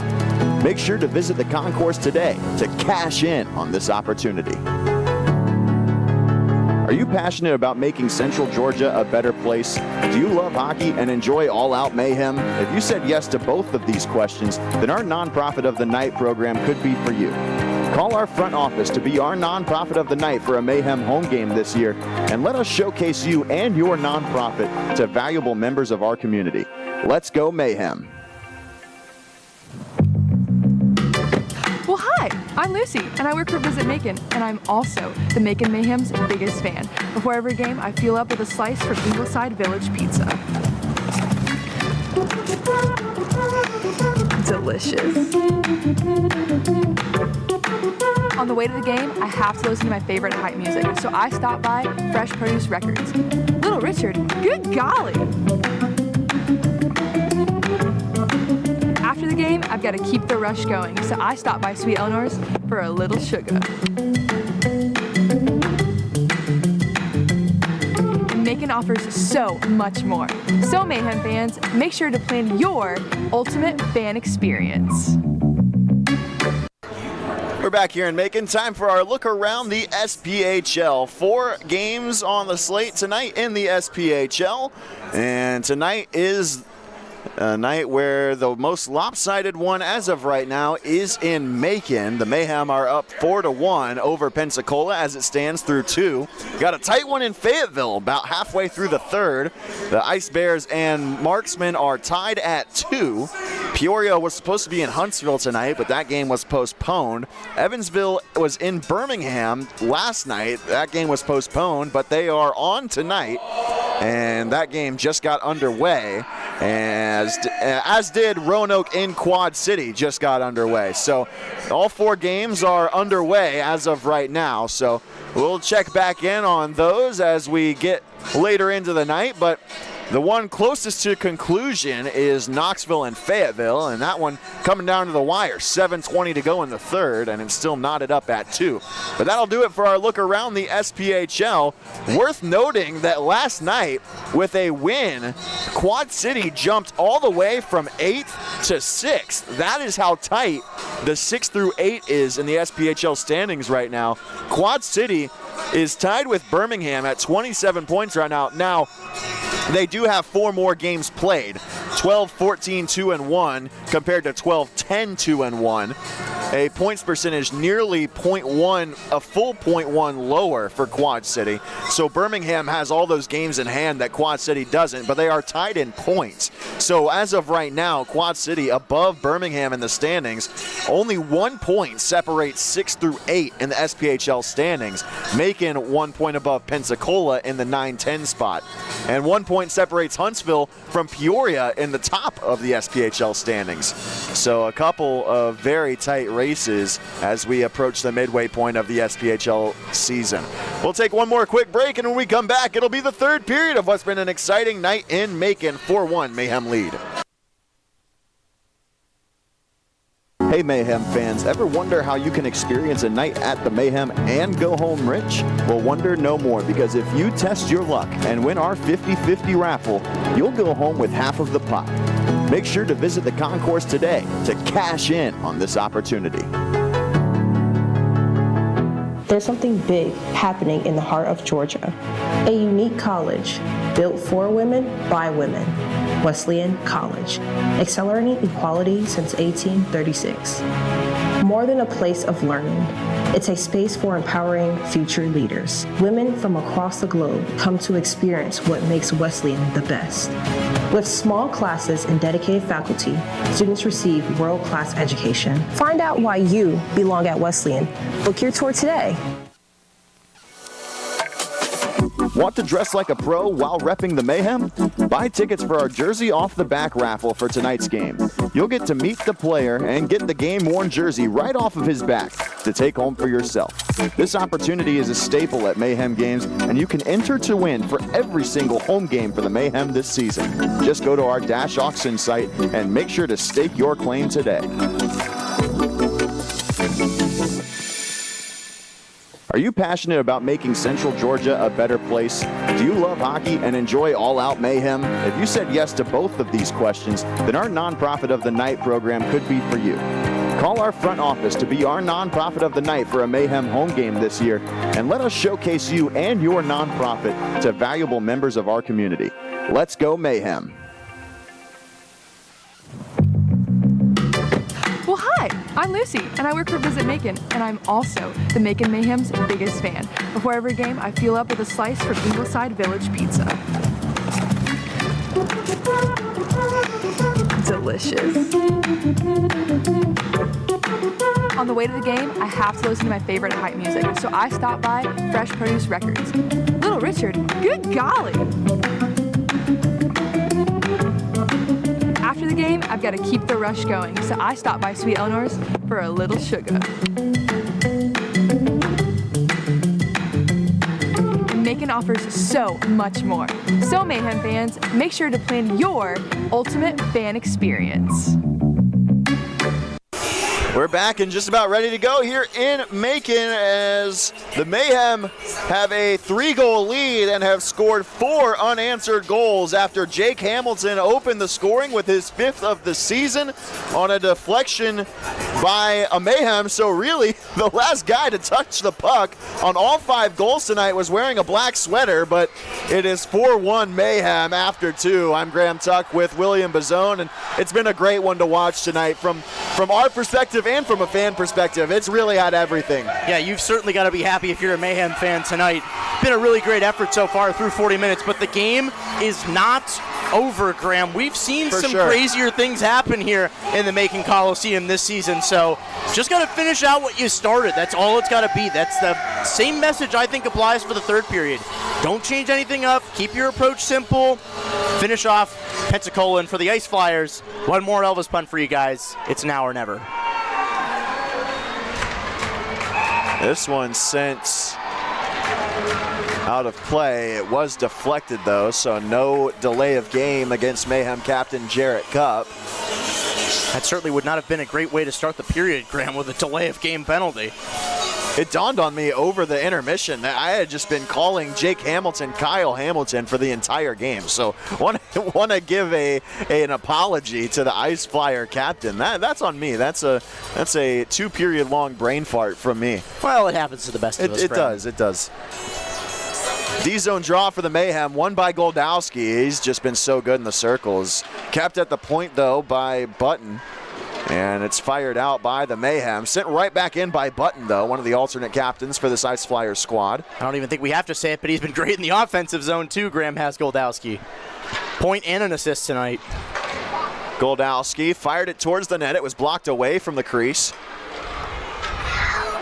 Sent out of the zone here, and it does make its way onto Birkin, so no icing.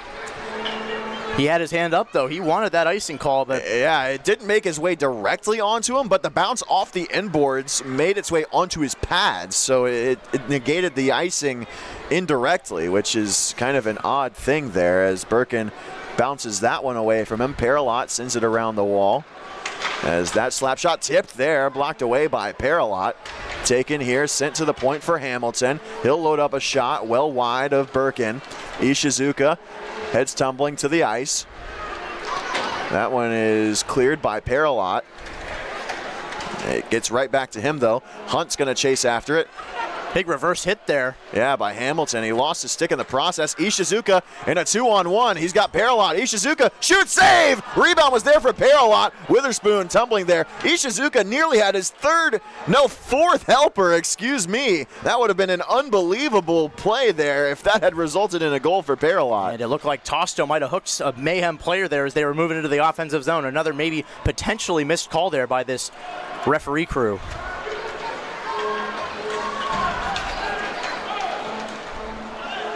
Gloved by Karpinski, he keeps the play moving. Tao Ishizuka had 3 assists. They gave one of them to Aromaterio at first. It's going to get changed to Ishizuka. I can't really say I blame the officials with the numbers on these Elvis jerseys for the Mayhem. It's quite difficult to tell which number is which, especially between the 4 and the 6. But that's the first 3-assist game by a Mayhem player this season. And a very impressive one at that, to do it all in the same period. When can we say one of those things has happened last, Graham? That's, I think, the bigger question from that. It definitely, yeah, I can't say the last time that a Mayhem player had 3 assists in the same period. It's been quite some time. That is for sure. I'll have to look into the history books on that one tomorrow. Looks like Winslow took one upstairs. Yeah, he was already heading back to the bench, and that's just one of those shifts. He was already heading to the bench, holding his head, I think, and then he took a puck off the helmet to boot. A little friendly fire there. Happens to the best of us, as we like to say here in the business. Goldowski going after a loose puck with Faulkner. Elgstom heading behind the net. Goldowski working on him, but Faulkner successfully working through the neutral zone, trying to go coast to coast here. His shot blocked. Rebound was available. Faulkner takes a spill, and the loose puck makes its way to Button. Deflected by Goldowski, picked up by the Mayhem. Favaro tried to carry it through everyone. Hamilton had it momentarily. This one is going to be iced by the Ice Flyers. Great start on the defensive end as well, Graham, through these first 3.5 minutes or so. They've done their job, stayed in position, have the Macon Mayhem, and really not giving the Ice Flyers any easy looks here early, and that's what you like to see. If I'm Dave Stanichny, there are a ton of positives from this game to take away as you start this final 28-game stretch of the regular season. And Graham, as we talked about, some big opponents coming up to potentially jump the standings if you can steal 1 or 2 of those games, even as many as you can. Yeah, it's all gonna matter. Every point matters from this point forward. Yeah, it's massive for the Mayhem. I mean, you have Pensacola this weekend with a 3-3. Then you have a tough road trip next weekend. You've got Roanoke on Thursday. Then 2 games against Huntsville. All 3 of those games on the road. Then in 2 weeks, you have your only weekend series against Quad City here at home. And then to round out the month, you go to Evansville on the 31st, and then you have a 2-game homestand where you host Evansville here on February 1st and Roanoke on February 2nd. Quad City and Evansville, you have 4 games against those 2 teams. Those are 2 of the teams that you're closest to in the standings, and you have 2 more games this month against Pensacola. So those are 6 games against 3 teams that you really need points against. It couldn't be more in front of you if you're the Mayhem. And if you're in that 6th or 8th position, it could not be any closer, Graham. You mentioned it at the break there. It's just a really tight stretch here. Puck whistles out of play. Yeah, Ishizuka's shot was deflected out. And as we take a look at the shots on goal counter, it hasn't been updated in a little bit, but 31-18 for the Mayhem. That's just the way that it's looked the last couple of games. They have really flipped the script on the way that their season has gone. They were getting grossly outshot for the first little bit of the season, and the last couple of games, it's been the exact opposite. And Graham, we've seen it 6-8-2 when they outshoot their opponents, which they're doing handily right now. I think that's their key to success. It's kind of odd that you have a losing record when outshooting your opponent. And that's just the way the season has gone. You're outchancing your opponent. You're getting more shots on net. It's just not going your way. Nearly a 2-on-1 for the Mayhem with Koch and Winslow. Now Koch will get it. Couldn't connect with Winslow. He had a chance, but couldn't get the puck on his tape. Now on a 1-on-1, Bondarenko. Allison, the lone man, back. Bondarenko makes his move. Allison, a great angle, knocked him off the puck. That was a good stick check there. Just took care of Ivan Bondarenko. And again, we've talked about it. Kelly between the legs. Aromaterio. He takes a shot right into Karpinski's equipment. As I was saying, Graham, didn't mean to interrupt you there, but Ivan Bondarenko, not a guy you want to have with the puck handling it, because he is just a wizard with passing it off. He could have even taken a shot there if he wanted to, given his look, but Mayhem rebounded nicely there, got a nice stick check and turned it back the other way, and now a nice offensive zone draw here. You got Goldowski in the dot, so it's easy to forget about Ivan Bondarenko, especially because the Ice Flyers just have not been the team that they typically have been in the SPHL this season. I mean, the Ice Flyers, they've got the trophy case to prove that they are one of the SPHL's best franchises. And Bondarenko, he's one of the most skilled players in the entire league, I think it's fair to say. Wickedly underrated, yes, Graham. He's just this really, season in particular. Absolutely. I think he's been really great in an otherwise, like you said, bleak season for the Ice Flyers, and just somebody that you'd want to build your franchise around if you can keep him. Jarrett Cupp trying to get it to Abbott and muscle it out of the zone. That shot blockered away by Birkin. He really had to reach for that one. Faulkner looking for a tip, didn't get it. It goes off the inboard. Schnapp flips it off the glass and out. Abbott took a shove from behind. Mayhem bench wanted a penalty, and they will get one. Abbott took it from behind, and it will result in a penalty against Tim Faulkner when we come back on Flow Hockey WPGA and the Mayhem Radio Network. Thinking about starting a new career? The Georgia Department of Corrections is now hiring correctional heroes. Earn a competitive salary and advance your career through GDC. The agency is now hiring correctional officers, counselors, food service workers, and many more. Most positions require candidates to be 18 years of age or older, have a high school diploma or GED. Positions are now available across the state of Georgia. Apply now at gdcjobs.com to learn more. GDC. One team. Join the celebration as Minuteman Press Macon proudly celebrates 35-plus years of serving Middle Georgia with top-quality print media. Minuteman Press Macon is a full-service printing, marketing, and design center. We design, print, and promote you. From business cards to building signage, we've got you covered. Promotional products? No problem. Let's keep printing and growing together. Go Mayhem.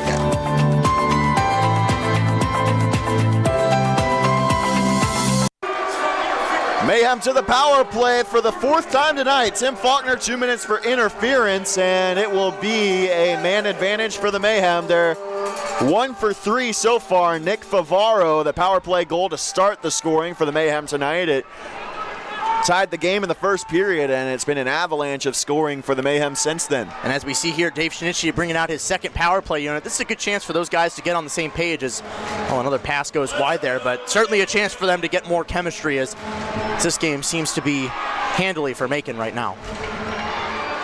They're definitely not trying to take their foot off the gas, though.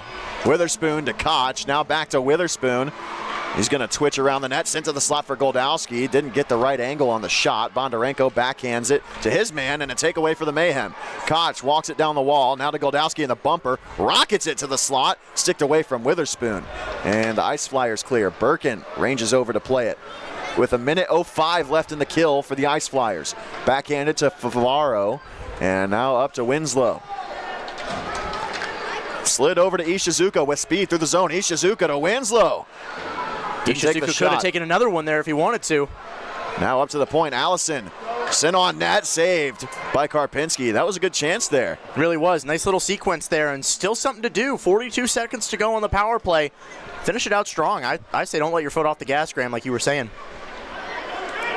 Winslow skates it in up the near wall, sent through the blue paint, sticked away Karpinski, potentially shorthanded, chance the other way, but Schnapp gets back in, forces Wilson to get rid of it. Now Allison in his own end. Looks like no change here for the Mayhem. Just one or two guys will go off.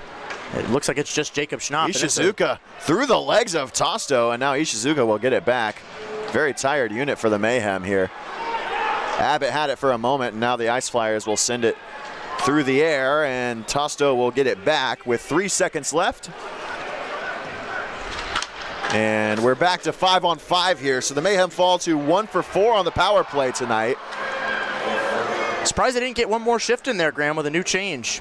Would have been nice to see some other guys getting some power play time. Paralot up to Raleigh. Couldn't be batted down there by Ishizuka. He's been on the ice for a long time. He'll get off now. Bartuccio Pereira over to Jake Hamilton. Now Martin across the line into the zone. Romaterio uses the net as a screen, taken down, no call. That one's sent to the slot, tipped there, maybe by the stick of Birkin. It would definitely off a twig. And Bartuccio Pereira backhands it over to his partner. Now Martin off of his stick. Romaterio over to Raleigh. He tried to muscle it through Bartuccio Pereira. Herrera off the inboards. Really great positioning here by Macon here in these last few minutes. They're just intercepting every pass that Pensacola is passing around. That's a good look from Jenyan. He was looking for Goldowski, but it's sent back into the defensive end for Herrera. From the back end, Elgstom up to Herrera. He slips and falls trying to make a play, but he gets back to his feet quickly. Jenyan throws a hit there. Breaks up another play there. He's just been all over the boards tonight. A hound dog, if you will. Schnapp breaks up a play. That shot affected in front. Couldn't tell if Birkin got to it or not. That one's sent away and out of the zone by the Mayhem. Jenyan with another big hit to finish up that shift. He'll go to the bench and get a few stick taps. At the red line, right at center ice, Schnapp sends it away, and Coach nearly had a chance. He's going to hustle back into the play. Sosinski through center. And the Ice Flyers are offside. Allison lucky he didn't get away with another trip there. He just stuck his stick out, and fortunately the Ice Flyers went offside before anything was called. 10:13 left to go in the third period. This game has been all mayhem since they tied it up on the power play in the first period. It got off to a shaky start for Macon, though. Well, they've really turned it around since then. Exactly, Graham. I was just about to say, everything the Mayhem did early, it's done. It's out of their mind, and they're finishing this game very strong. And that's a good thing to see, because early on in this season, and really up until now, there have been a lot of games this season where Macon has started slow, and then they really haven't been able to turn it around since. But this is just one in a couple of games recently that have been a sign of changing times, hopefully, for Macon on the ice. We'll take a break and come back after this on WPGA Flow Hockey and the Mayhem Radio Network. Thinking about starting a new career? The Georgia Department of Corrections is now hiring correctional heroes. Earn a competitive salary and advance your career through GDC. The agency is now hiring correctional officers, counselors, food service workers, and many more. Most positions require candidates to be 18 years of age or older, have a high school diploma or GED. Positions are now available across the state of Georgia. Apply now at gdcjobs.com to learn more. GDC. One team. Join the celebration as Minuteman Press Macon proudly celebrates 35 plus years of serving Middle Georgia with top quality print media. Minuteman Press Macon is a full-service printing, marketing, and design center. We design, print, and promote you. From business cards to building signage, we've got you covered. Promotional products? No problem. Let's keep printing and growing together. Go Mayhem.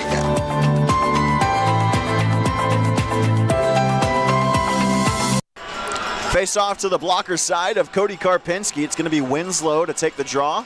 He wins it over to the winger, Kelly. And then it's fired into the zone by Paralot. Ice Flyers take control of it on the wall, though, and Hamilton will skate on the backhand past Paralot. Sends it off the skate of Winslow, and Favaro will walk it over to the wall. Winslow takes Hamilton to the boards. Taken away by Bondarenko. His pass just off the stick of Sosinski, and Kelly has a hit for him there. Bondarenko working away from Winslow. He's hounding him there.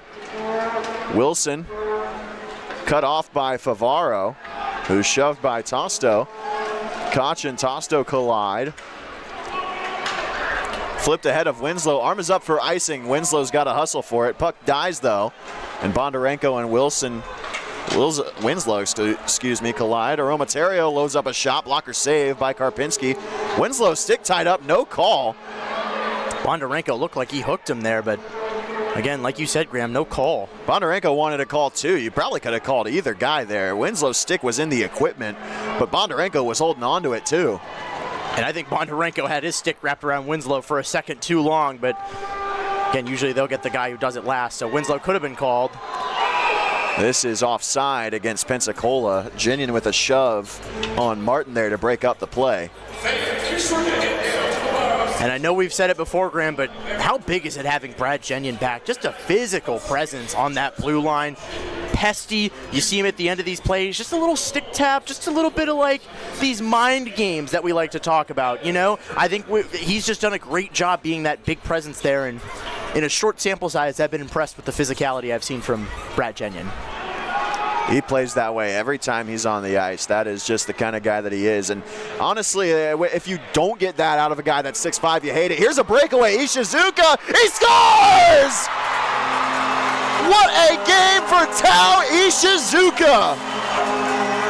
And if we're going to give anybody the first star of the night, Graham, I think it has to be Tao Ishizuka. He's got that breakaway there, great pass to set it up, and he goes right through, not panicking. They're up by 3 goals. It's just a nice little finish there, and an exclamation point to what has been an exclamation point of a game, Graham. This is the Tao Ishizuka game. You can bookmark it right there. Unbelievable. A goal and 3 assists for Tao. And Tao Ishizuka was your leading scorer going into this game, Graham. He's just been an incredible rookie this season, and would not be surprised if he's one of those finalists for Rookie of the Year come the end of the season.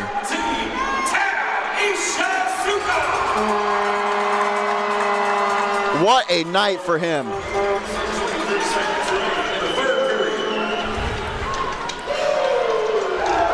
Tao Ishizuka, again, we can't say enough about him. He's had an incredible, incredible game here, and again, we may even have to call it the Tao Ishizuka game here.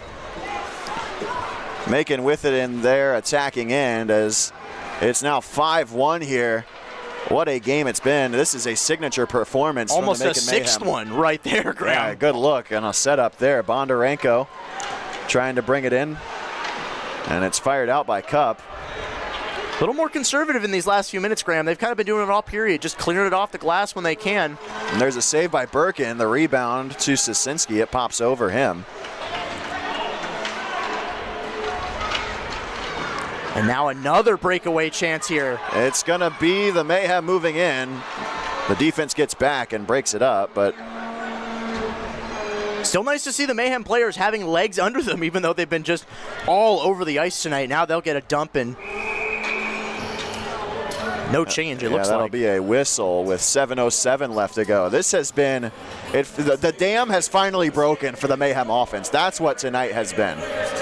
I just can't even say anything else, Graham. I'm speechless at how much offensive intensity there's been in this game. For a team that is last in the league in goals for, you certainly wouldn't have expected that to happen here tonight. They've just been playing with an intensity that I haven't seen in quite a while. Dave Shinichny, like I said, he's got to be really happy with how this game's gone. Yeah, they have not played over the last 2 weeks like a team that's last in the league in goals for. Not at all, and that is how they played tonight. A team that is on the up and up, and They are proving it tonight. That goal officially Tao Ishizuka's 7th of the season from Jake Raleigh and Connor Witherspoon. So Witherspoon gets on the score sheet. He hadn't tonight so far. He was one of the guys that we talked about in the pregame. It's his 15th point of the season. And Raleigh gets on the score sheet for his 3rd point of the season. And Witherspoon's also been getting a ton of chances in the offensive zone. 7 shots against Knoxville on the 3rd and the 4th in that series. More than 3 shots in his last 4 of 5 games. He's just really been getting a lot of chances, and it's nice to see Dave Shinichny trusting his rookies, because on this team there hasn't been a ton of veteran leadership other really than Jarrett Cupp. Jake Goldowski's been up and down, and Dan Winslow's certainly been there, but it's really those 3. It's Winslow, Goldowski, and Cupp. That's exactly it. There's not and a lot. Jenyon, but he's only been here for about a season before this. So and Boyko, but he's been on IR since early November. And who knows when he'll be coming back, given what his injury looks like. We don't even know. As Winslow fires a shot into the equipment of Karpinski. But yes, the rookies are stepping up, and on a team that doesn't have a ton of that presence. Like, you look at a lot of other teams in the league that haven't had Peoria, for example. We look at them, right? They've had that continuity throughout the whole season, and they've been successful. Macon has just had a lot of things go their way, right? They've had trades, they've had call-ups, they've had injuries, they've had a lot of different things. But since all of that has kind of slowed down and mellowed, team is starting to gel, and that's a really good sign for Dave Shinichny and the Macon Mayhem. And you really needed this one tonight, because in this 3-game series against Pensacola, if you go down 2-0 in the 3-game series, it's really hard to, even if you get the result in game 3, it's a hard pill to swallow. Well, and then you go on the road tomorrow as well. I can't imagine what it's like to be playing a game at home. You take a little bit of a sleep if you can even get it after all the energy, and then you get right up early and on the road tomorrow to Pensacola for an afternoon game. Right. That puck drop tomorrow, 4:05 p.m. Only in the SPHL, Graham.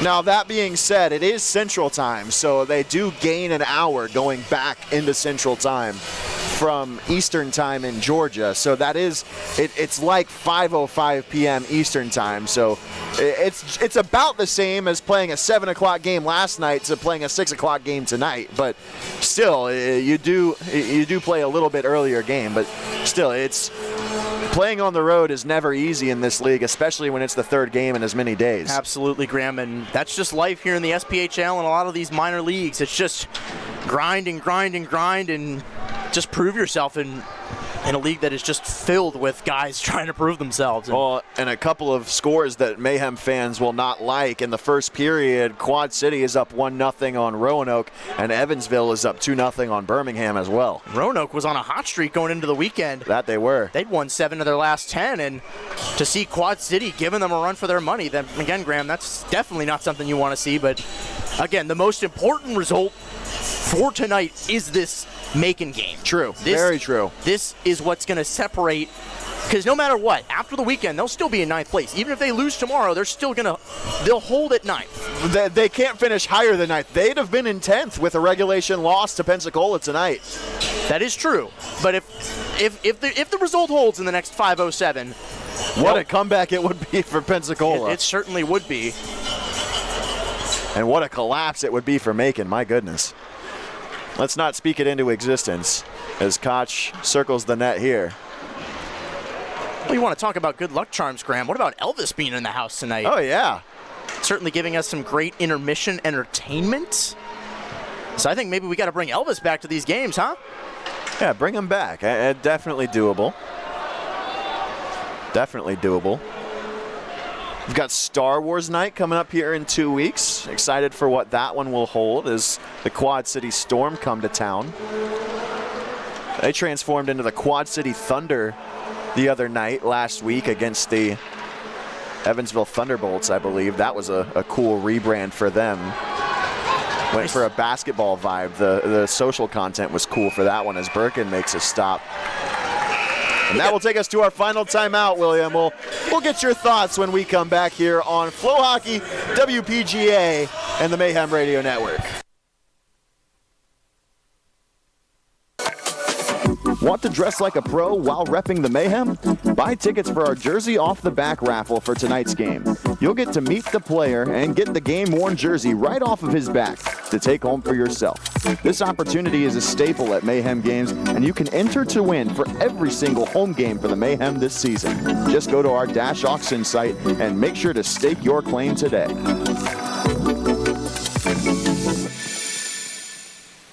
There's something big happening in the heart of Georgia.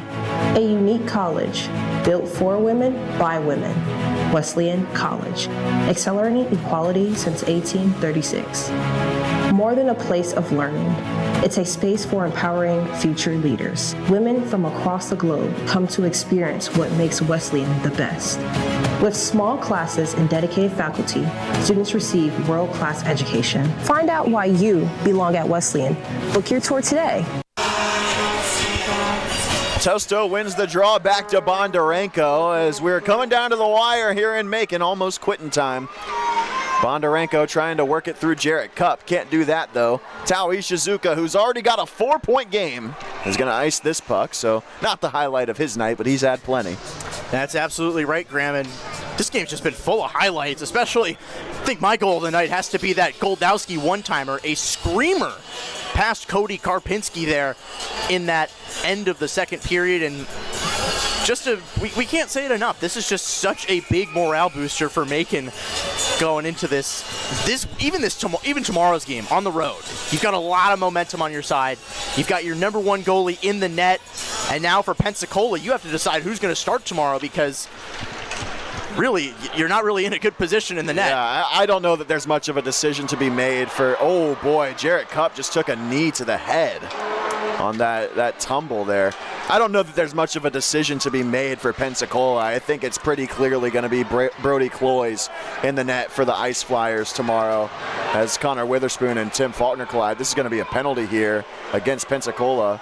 And Witherspoon offered a fist bump to Faulkner on his way to the penalty box. I think that was a little retaliatory for what happened to Jarrett Cupp just a few seconds ago, but little cheeky play there from Connor Witherspoon, the rookie just getting his chops in. I like to see that. It's a cross check against Faulkner, and so the Mayhem will have another power play. Penalty number 8 tonight for Pensacola. Yeah, that is true, and it comes with 3:38 left in the third, so one more chance. 6 goals would be the most that the Mayhem have put up in a game this season. And in 3-goal games, Graham, they have a losing record too. Yeah, they have lost by a good margin a couple times this season, but they've also won by a good margin this season. And we'll see what the power play can do here. Koch. Got to imagine you'll use this a little bit as just a way to wind some time down. I was just going to say the same thing. Get your number 2 group some extra reps. Finish it out. Just do what you have to do and let these guys get a little more chemistry under them as they hopefully finish this game out on a high note. Witherspoon into the zone.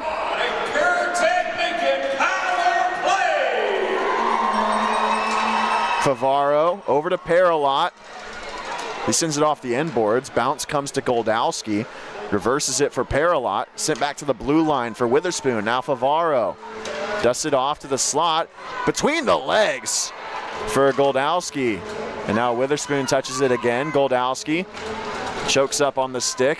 Works it over to Witherspoon off the wall. Paralot couldn't get it by Hamilton. And it's out of the zone.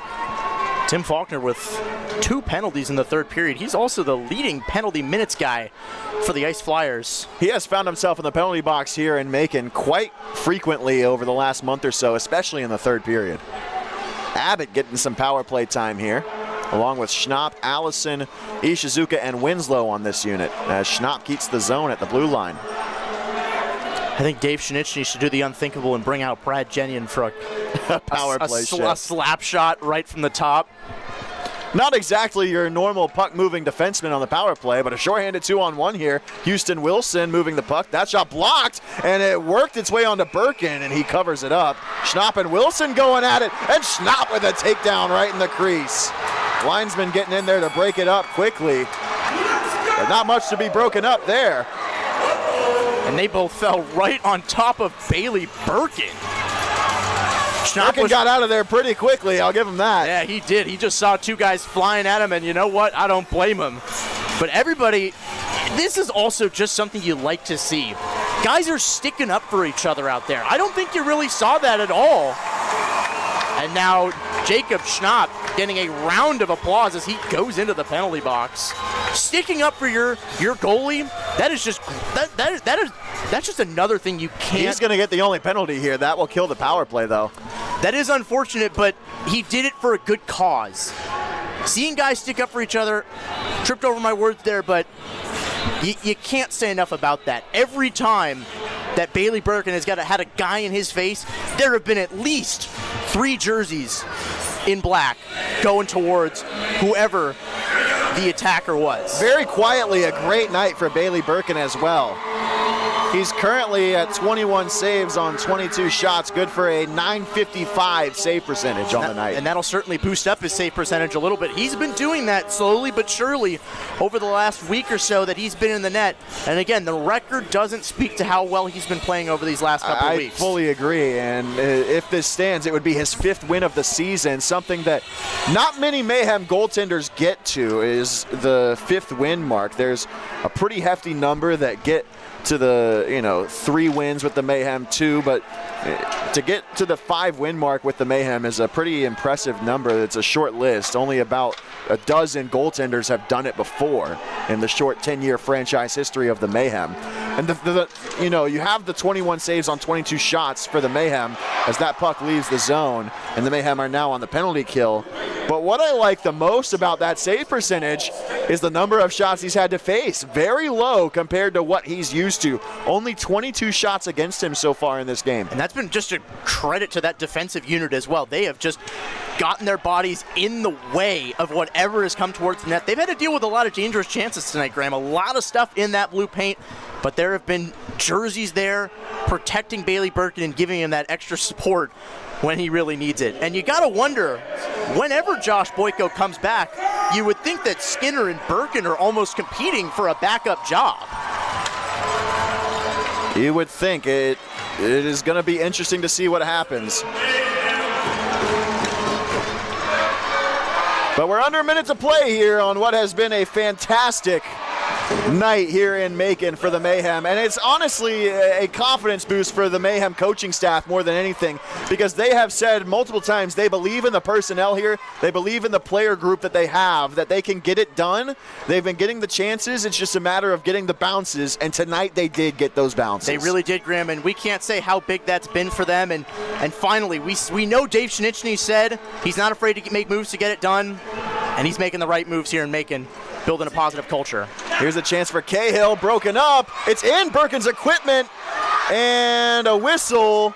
Birkin kept it out with 7 seconds to go, and a scrum behind the net. Almost looked like it snuck past Bailey Birkin's I thought it did there for a minute. And that's why I saw that green light turn on, but that's just meaning the stoppage in play, not a no not red light. Red versus green, big difference. Big Squid Game fan over here, Mr. Tuck.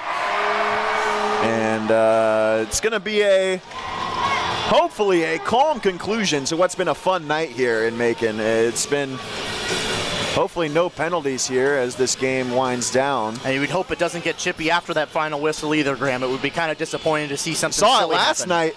Saw it sure last did. night with Brad Genion. He is on the ice for this final face-off. Keep that in mind. And you do also have Dan Winslow out here, the team's leader in penalty minutes. Schnapp is in the box. They must be expecting something to happen. It's not out of the question. You don't hope for it for sure. Birkin makes one final save. Genion takes it to the wall, and that will do it here in Macon. A big win for the Mayhem. 5-1 here tonight over the Pensacola Ice Flyers. And Graham, it has just been an exciting game to watch. I feel like we don't even really have anything bad to say other than that first goal.